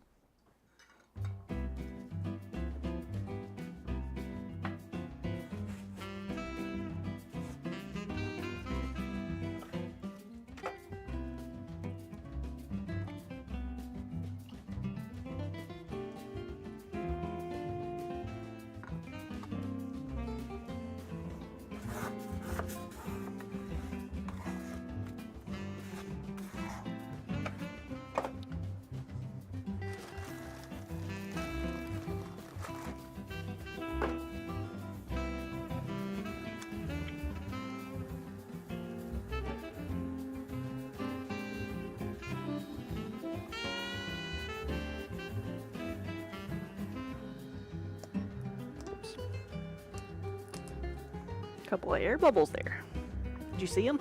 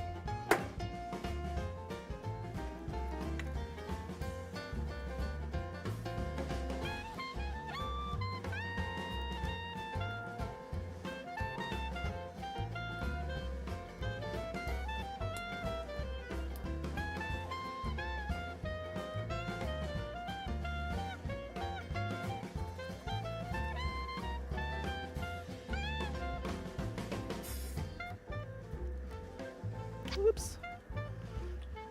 That one got a little bit off center on me, a little bit wobbly.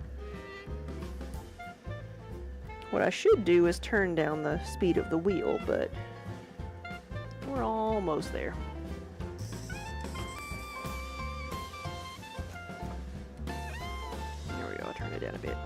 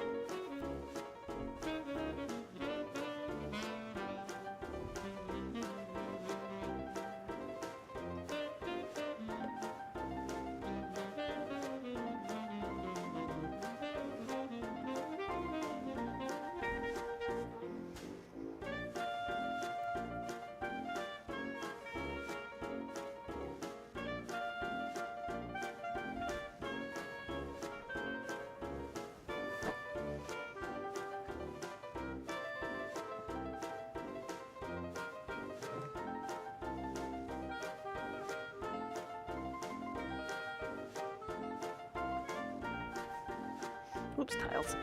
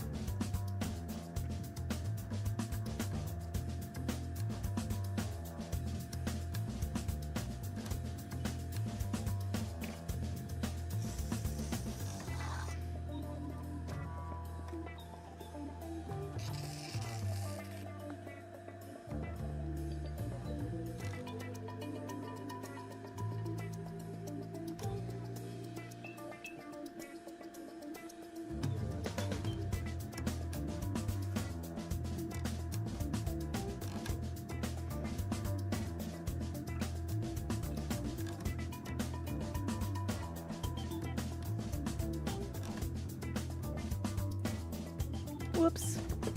Didn't leave enough on the base there, see? Cut right through it. I don't know if they can see it any better. But we've got some soft clay over here. We can add a bit to the bottom.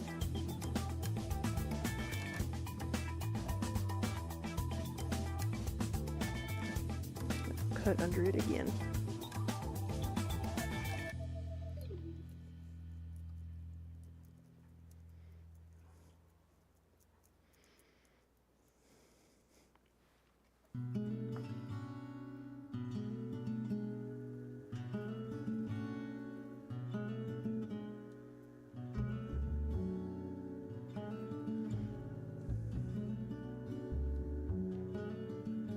Okay.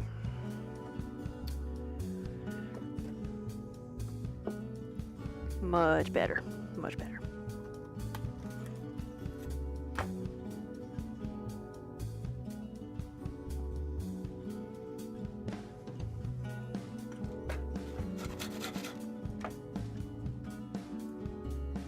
Emily, you're out of here. Yeah, well, have a good night.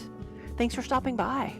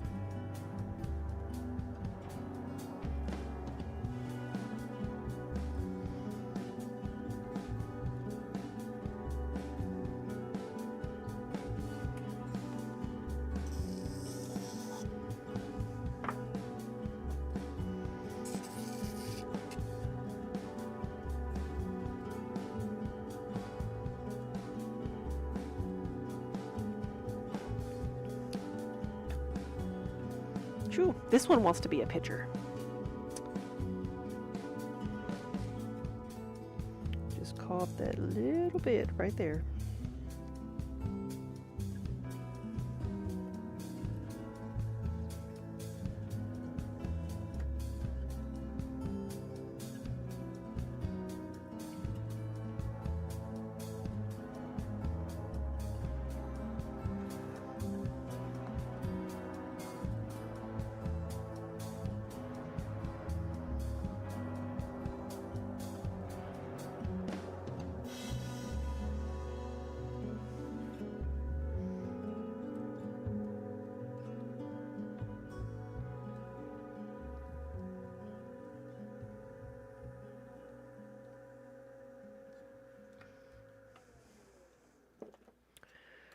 Get the water out of here. There we go.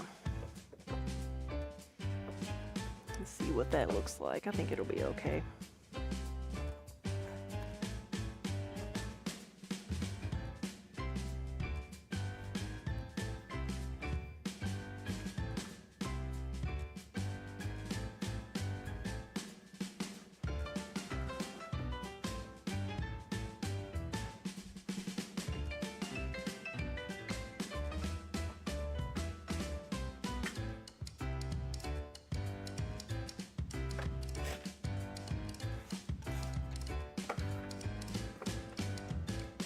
So we have 20 of these, so we're getting there. We're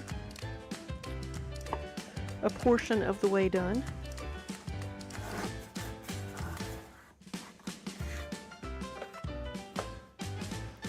Almost half even.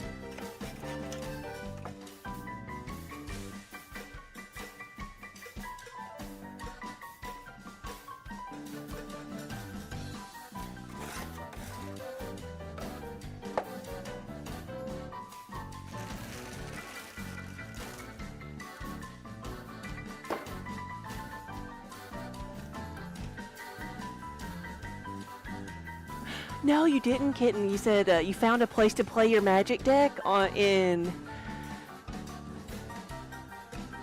Killarney? Killarney, Ireland? Nice, so you found a game shop?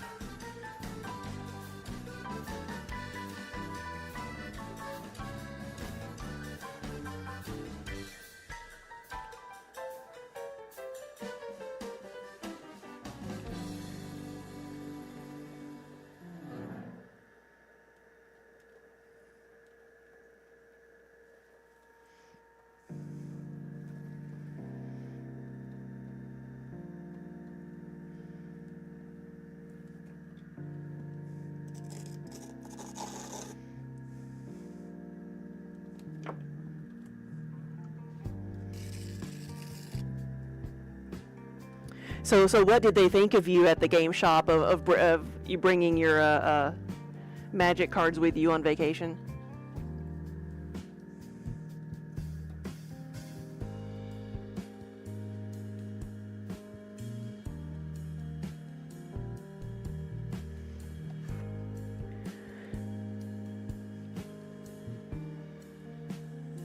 So I remember, like, one time I was doing SAF. So we were talking about that earlier. It was in North Carolina, and this has been like around 10 years ago because it was the last time I did one of those shows by myself. But like the hotel I was staying at, there was like a little shopping center next to it that had a game store in it. So I'm like, you know what? One night after I get done, I'm gonna come see like how late they're open. I'm gonna see what they're doing. And so I did, like, you know, in the evening I walked in and, you know, by myself and was like, hey, what do y'all, you know, what, got anything going on? Anybody, you know, got any drafts going on, any events or whatever, or just, you know, looking around? And they were so, like, flabbergasted that a, you know, single female would walk in there and ask about Magic cards. They were like... So much so that they put together a draft. They're like, no, we can do that. You want a draft? We can make this happen. Yeah, you know.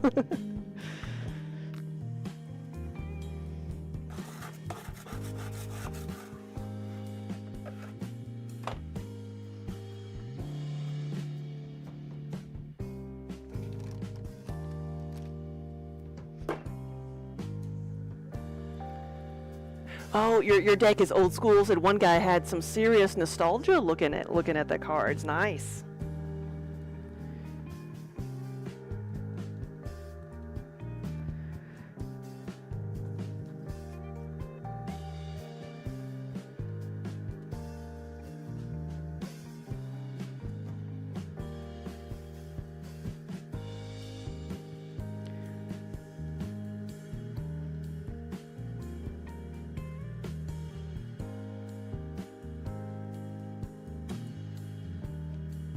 Yours is from 16 or 17, yeah.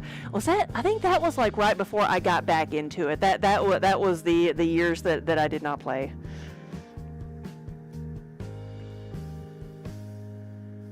I think I got back into it in 19. I think, like, whenever Arena was starting up. Like, I didn't like play when Arena first opened, but after it had been going for like a year or something, I finally like got online and started playing again.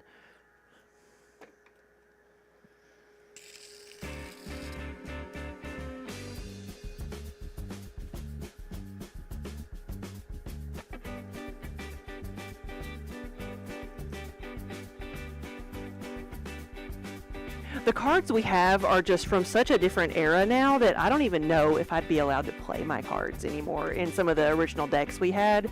Like, there's so many different like breakdowns of categories for the EDH, the commander now, that I'd have to just look through them and see what I'm allowed to play.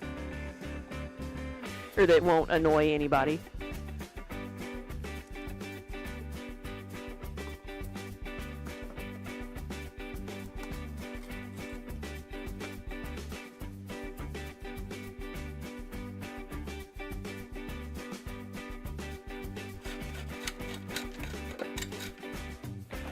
Because most of, like, so when we started playing, like, my EDH decks are from 2007. Like that's when some of the commanders are from. Like, and I just have never really updated them.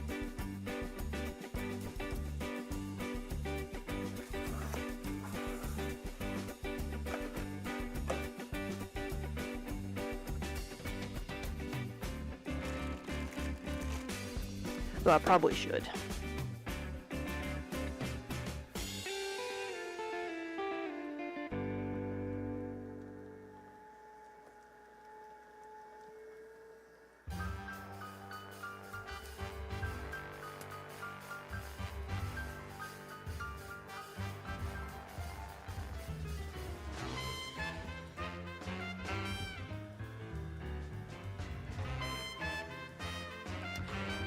They don't let you play those in their poor sports. Well, I mean, I can see the reasoning behind some of it, because some people like have gotten so competitive with EDH that they, will play decks that can win on turn 1 or 2, even turn 0. And that's like that's just a different type of game.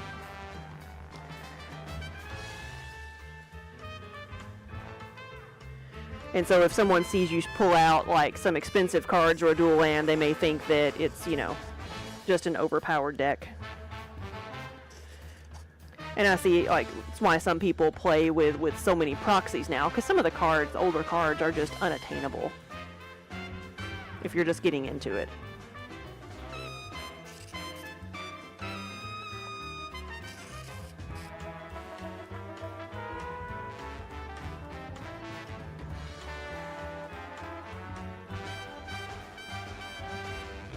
Some of the cards that are going for $500 now, I got for $1 because they were worthless at the time.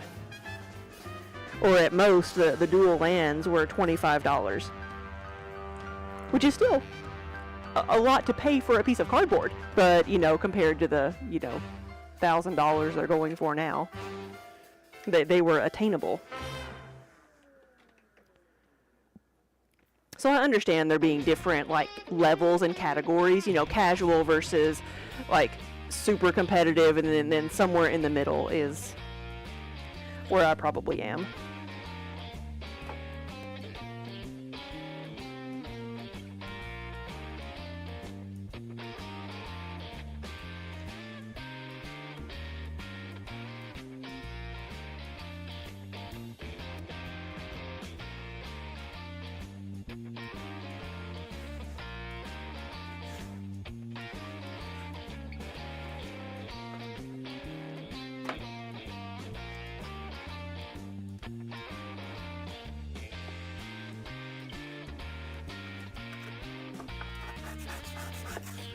But when I go to the shows like that, like we're going to 2 different gaming cons this year as vendors, but what I like to do if I have time is to play the drafts, because there's usually a commander draft and then there's the regular draft, so like I don't have to bring a lot of stuff with me. I can just play in a draft and everybody's kind of on the same playing field.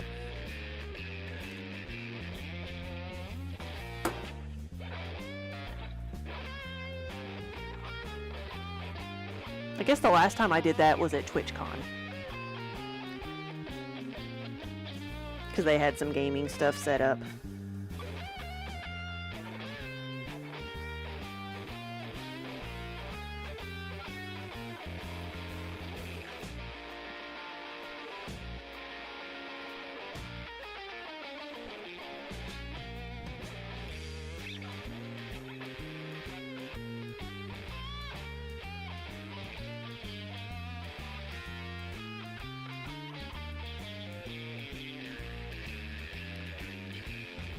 Right, yeah, some people get way too like sensitive about it. Yeah, if you kill someone and then somebody kills you, like it's a game. And that's where, playing the game, you meet some people who really need better social skills, but sometimes you meet, it's also a great way to teach sportsmanship, because you're not going to win every game.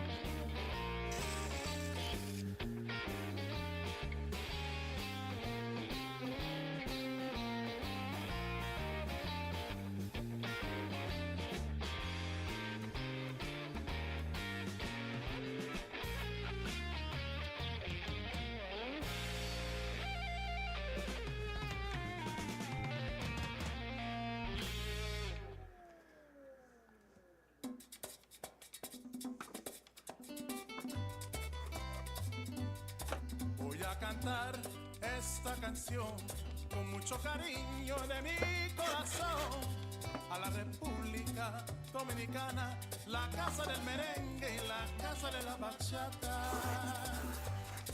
Voy a cantar esta canción con mucho cariño de mi corazón a la República Dominicana, la casa del merengue y la casa de la bachata.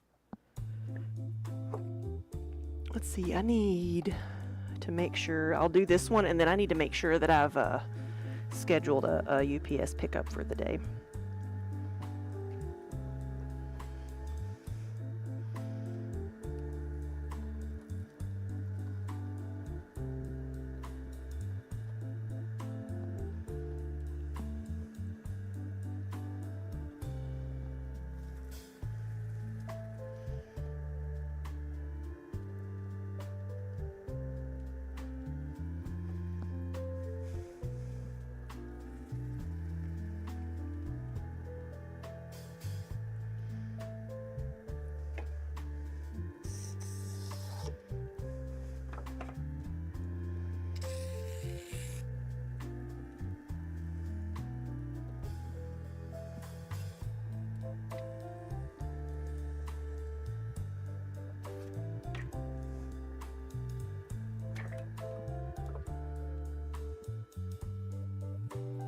You lucked out so hard and won the first game? Yeah, but because they were trying to kill each other and they were ignoring you. Yeah, that's the way to do it.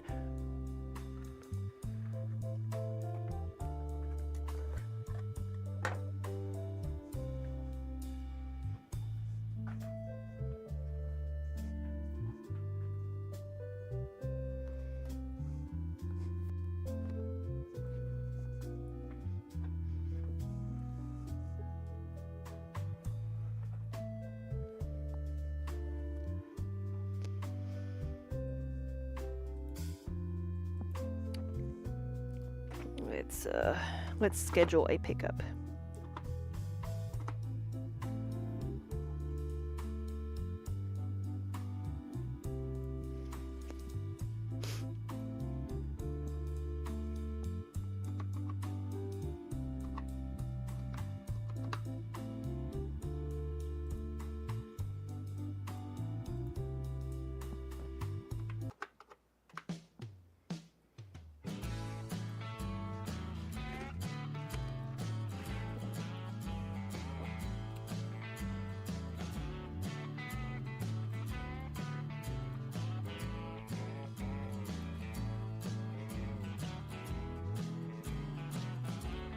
All right.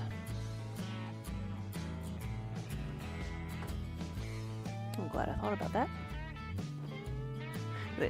I'll be right back.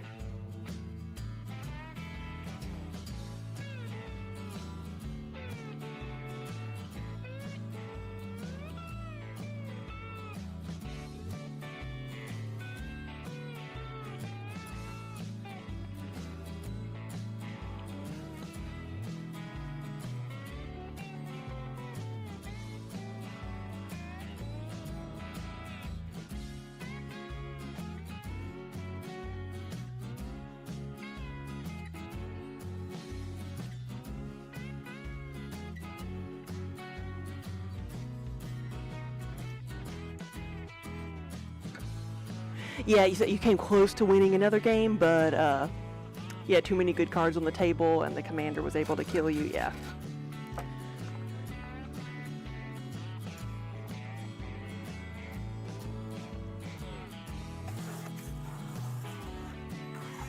Yeah, I don't get to play all that much, but I just enjoy it, playing a game sometime, especially in person, like when we go to the events.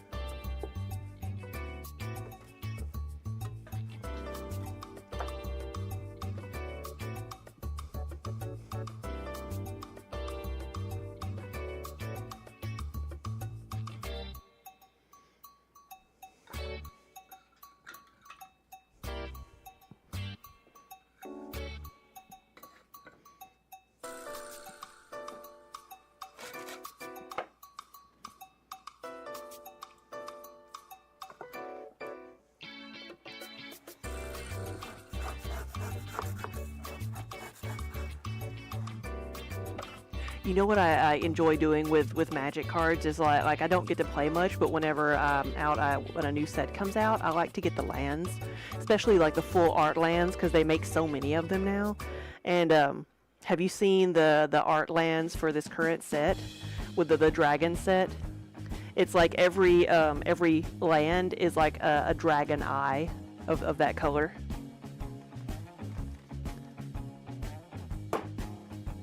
My favorite were some of the stained glass sets. They did a couple of different sets that were kind of like industrial steampunk type, and so because they were set in cities, and so all the different lands were stained glass windows.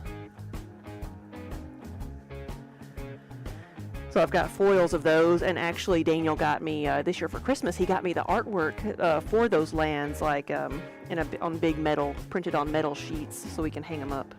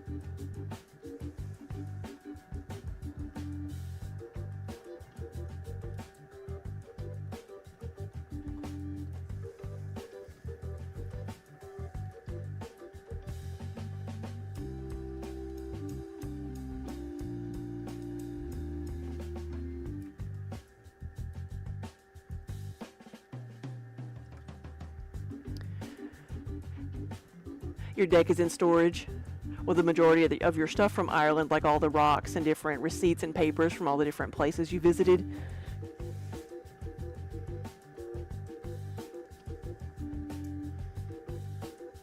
Was that like, oh, you put it back in storage? I was thinking like maybe you meant that stuff was being sent to you separately.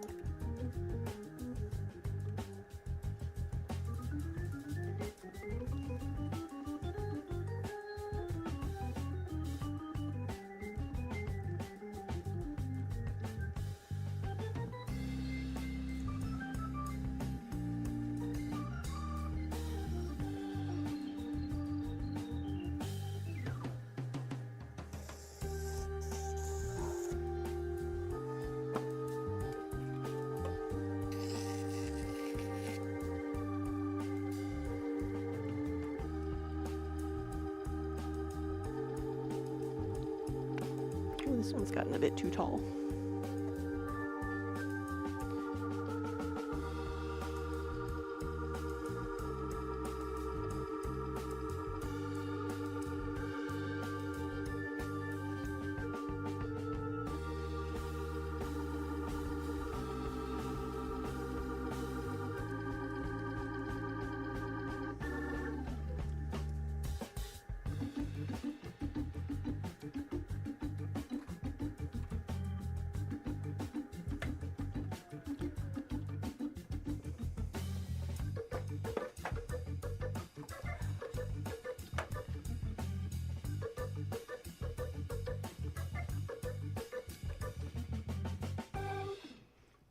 You've been showing off Rialto to everyone, right? Who doesn't love a baby otter?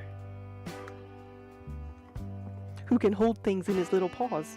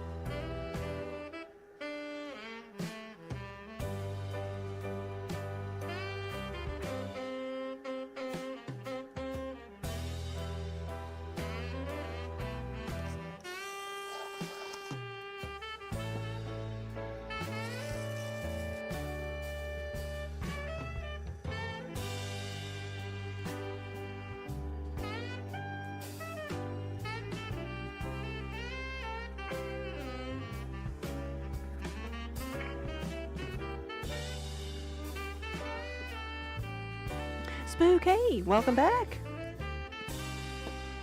So you got in and out pretty quick then.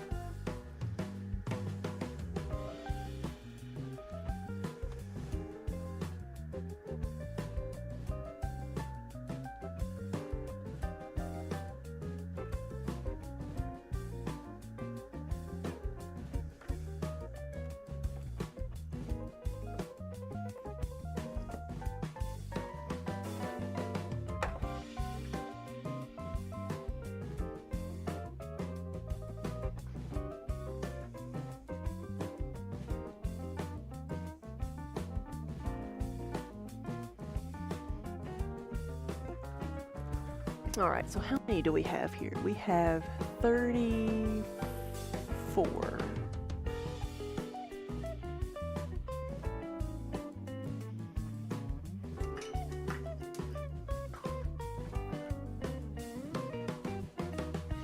So 16 more.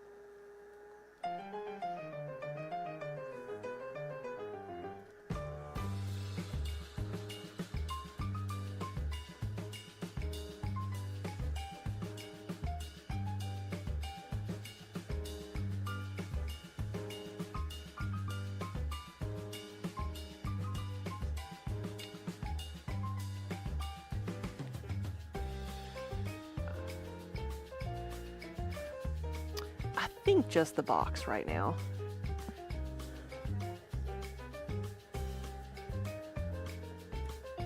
Okay.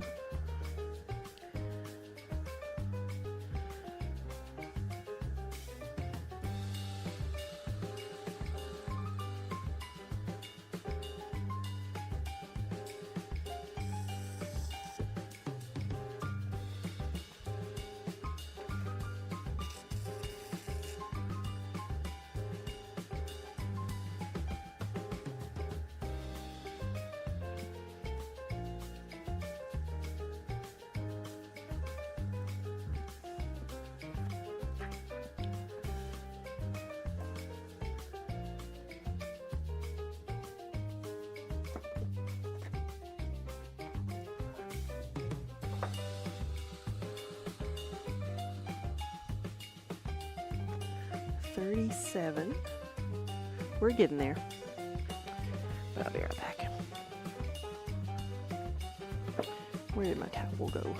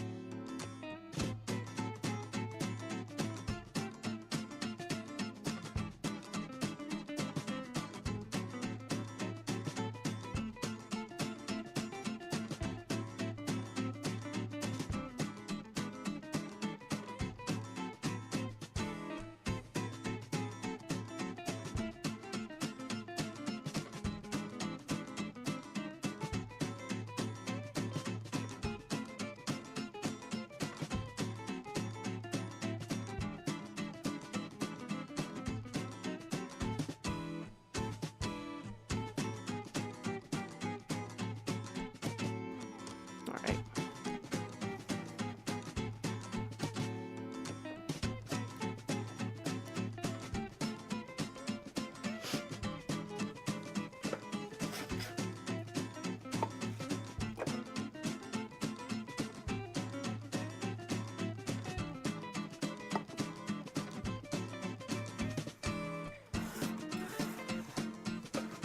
It's wobbly. Let's see if to stick by doing that. No, it's still wobbly. Oh, well, I tried.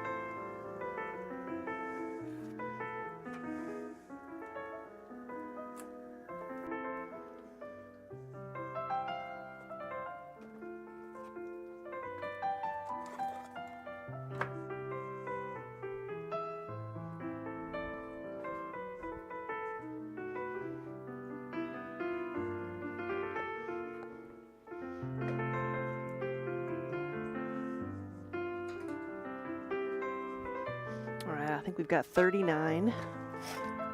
Oh, just the 20-ounce mugs. Oh, you've got the appointments, the same office, an hour apart. Carpool.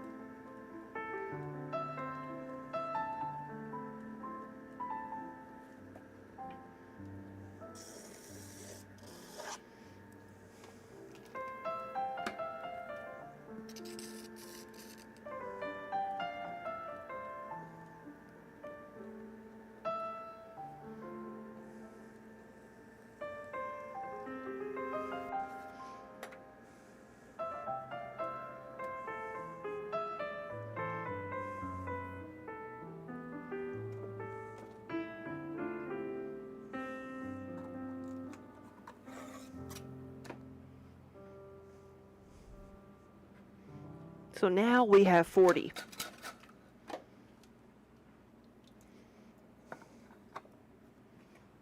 again, I don't know how many we have altogether. It was 10, 14, 19, 20, 21 after that. So we technically have 61 pieces.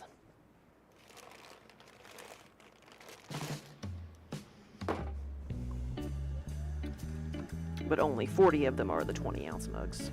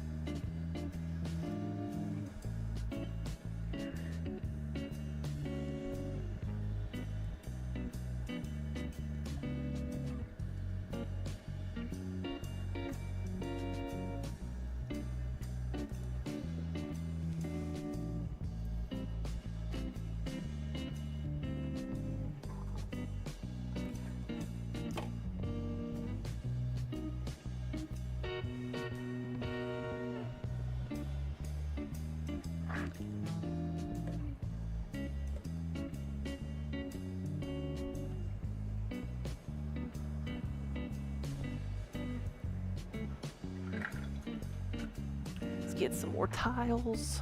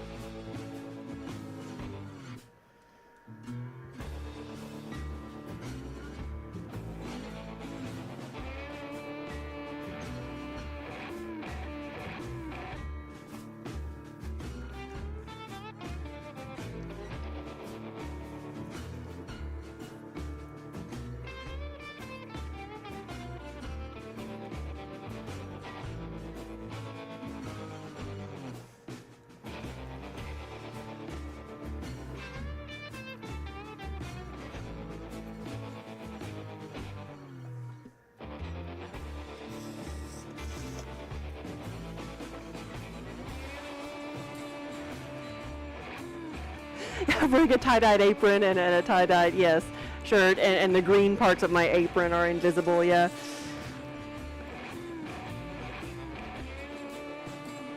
Probably can't see what my shirt says. It says show me your kitties. With two strategically placed cat heads.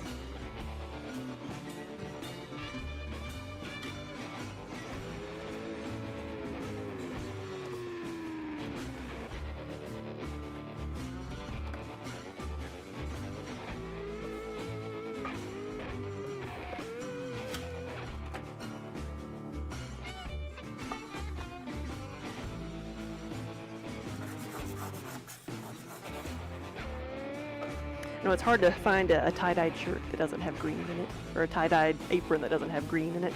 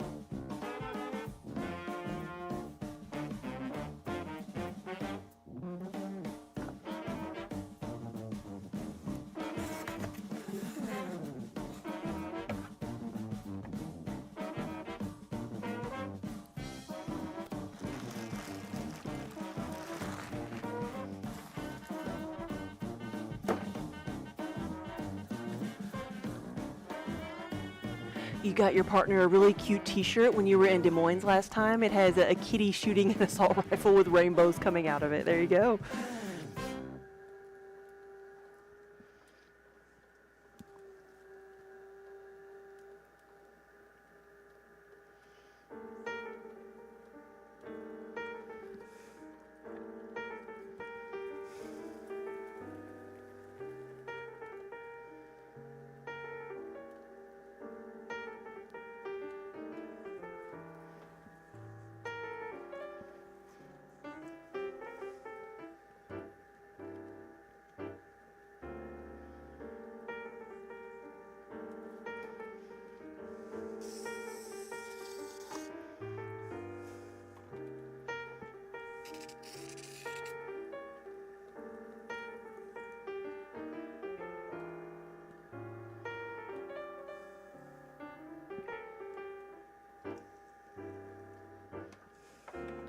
Jamie, good afternoon.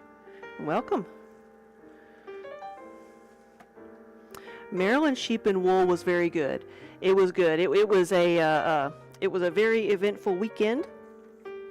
But the show itself, like so far, it's like one of the first shows this year that's been really good. So it was a breath of fresh air for that. But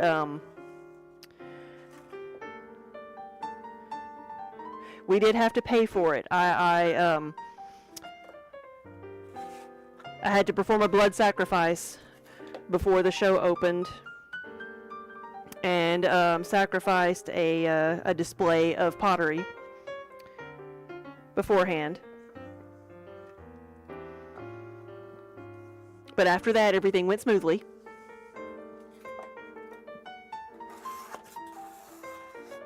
We when we set up everything, we got in, like we were expecting rain the entire weekend. We got in, we set up, and it was dry, and we were actually like getting ready to go because it was going to rain overnight. So we were getting ready to strap everything down and make sure it was all good.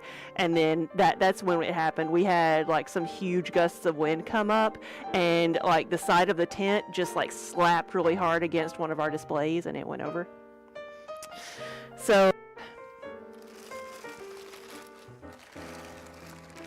that's a sound you never ever want to hear. Because thankfully, like, we weren't in the booth when that happened, so nobody got hit by it, but we were outside of the tent, or I was.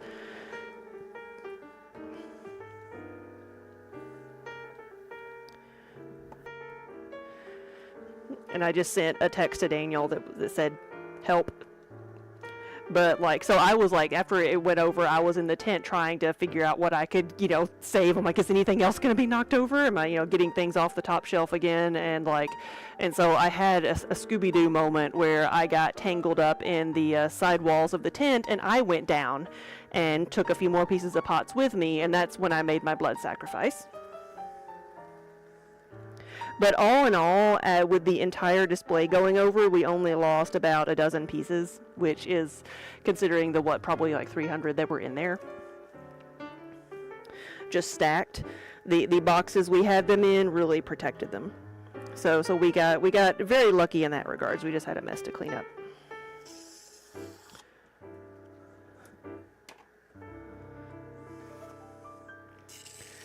But after that, it was a good show.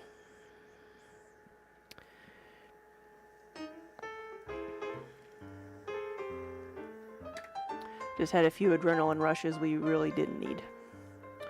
But let me see.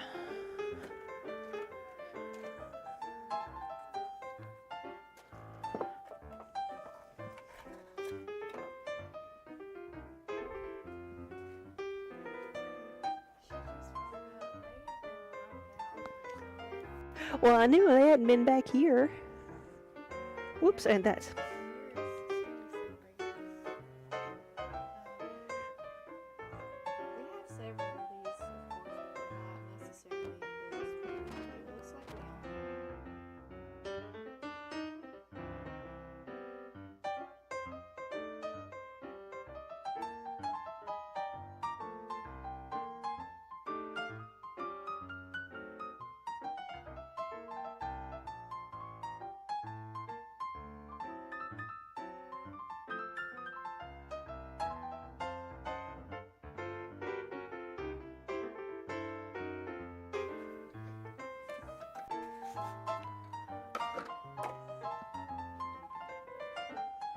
You're using your time to roll the dice mug right now.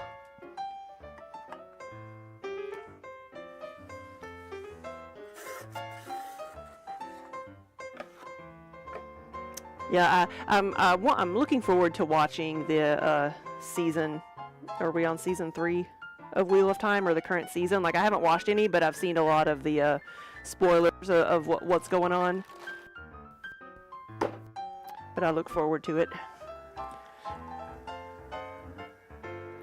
But yeah, so we had that the night before the show. Saturday was good. We didn't get any rain on Saturday until like around 4:30. We had a little storm pop up, and it ended up being like a severe thunderstorm. Like it was so fast. It was like in and out in a half hour, but it was intense. So we just had some people hanging out in the booth for a little bit, and it ended up like it was raining, and like the winds were so rough there for that little bit that Daniel was like holding back the walls of the tent because we didn't want anything else getting knocked over, and we were both kind of securing things and not knocking things over, but keeping them from being knocked over. And the people in the tent were helping. It was like everybody was so nice. And then like I didn't expect it at all, but we got hail. Oh, Tech, your art in the park you have every year seems to get rain every year. That's just, it's May, isn't it? And that's what happens when you do an outdoor you never know what you're going to get.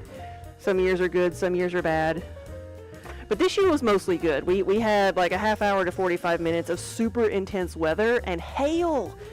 It looked like somebody had poured out a bucket of ice around our booth because the hail that was coming off of it, it was big hail. It was like marble-sized hail. It was like bigger than pea. But like when the hail started coming down, I'm like, what hail? Where's this coming from? So I was like, I turned around and I could see people that were in our booth like with their umbrellas, like guarding the pots, because it was coming through the front of the tent, and like they were guarding the pots from the missiles. And so we started moving everything out of the way, but it was so incredibly sweet and kind, and also funny too. Like I was saying earlier, these are my people. They went for like protecting the most expensive pots. Because it was one of my, specifically one person was crouched over the big Bertha bowl, like the big huge raku yarn bowl, and had their umbrella like just protecting that one.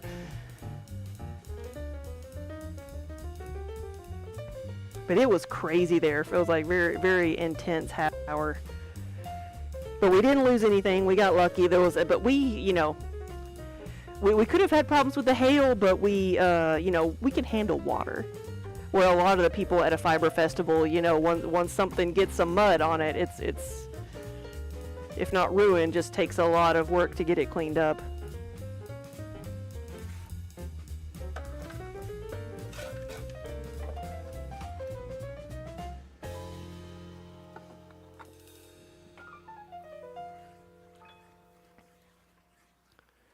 It's sunny and 55. That does sound nice.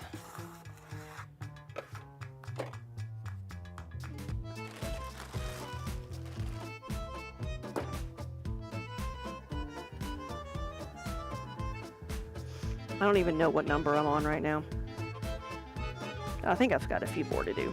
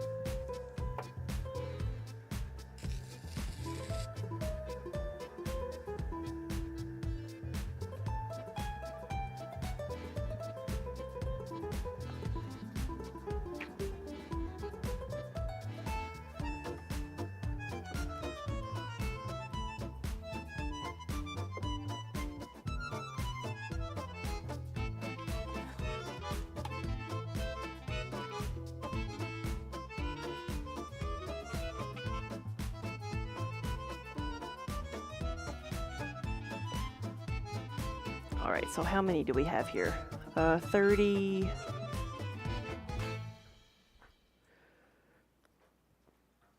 35, 40, 6, 9, 69. So we need one more. 59? Wait, 49. 30.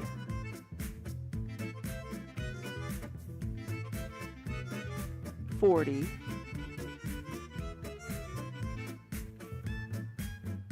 49. 49. There we go.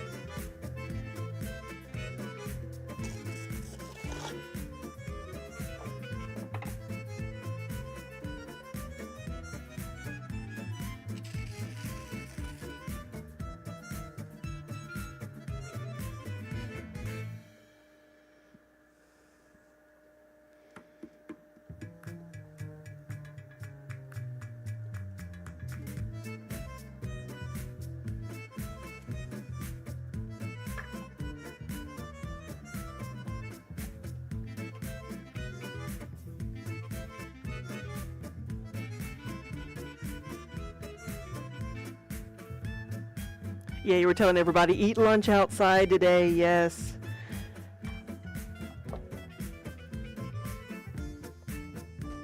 Take advantage of it while you can. All right, we have 50 mugs. We have 20-ounce mugs.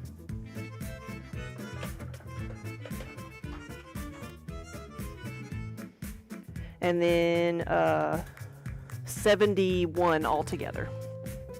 70 pieces altogether. So that'll give me something to start on today. I'm going to prep some of these. Like, they're as humid as it is. I mean, it's about to rain here. I don't expect them to dry out a great deal right now, so I may have to put a fan on them, but it gives me some time to prep for like some of the medallions and get some lists together of what I actually need to put together. Let's see. My hand's tender. I haven't had to like use this portion of my hand that I cut, so it doesn't really bother me, because I cut my like finger right on the edge of that knuckle, so it didn't bother me at all while I was throwing. But like drying it off, it's like, you know, feeling the roughness of the towel doesn't feel good. But that's about it for today. I'm gonna be back hopefully tomorrow to do some more throwing, because I want to do a lot of the some smaller pieces, but I wanted to get these started. This is my warm-up. 71 pieces is my warm-up.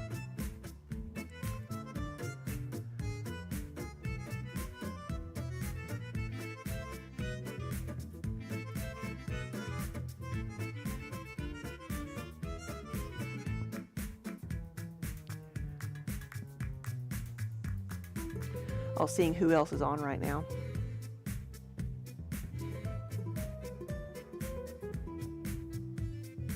Let's go see Yarnia. Haven't seen them in a while. Looks like we are knitting some things. That'll be appropriate after talking about the Yarny show. So guys, thank you for watching. Thanks for hanging out with me for a little bit. I will be back tomorrow, so if you'd like to see some more throwing demos, I will be on tomorrow, which is Friday. I keep forgetting what day it is here, because our week is so messed up. But again, thank you for watching. Have a good evening, and I will see y'all later.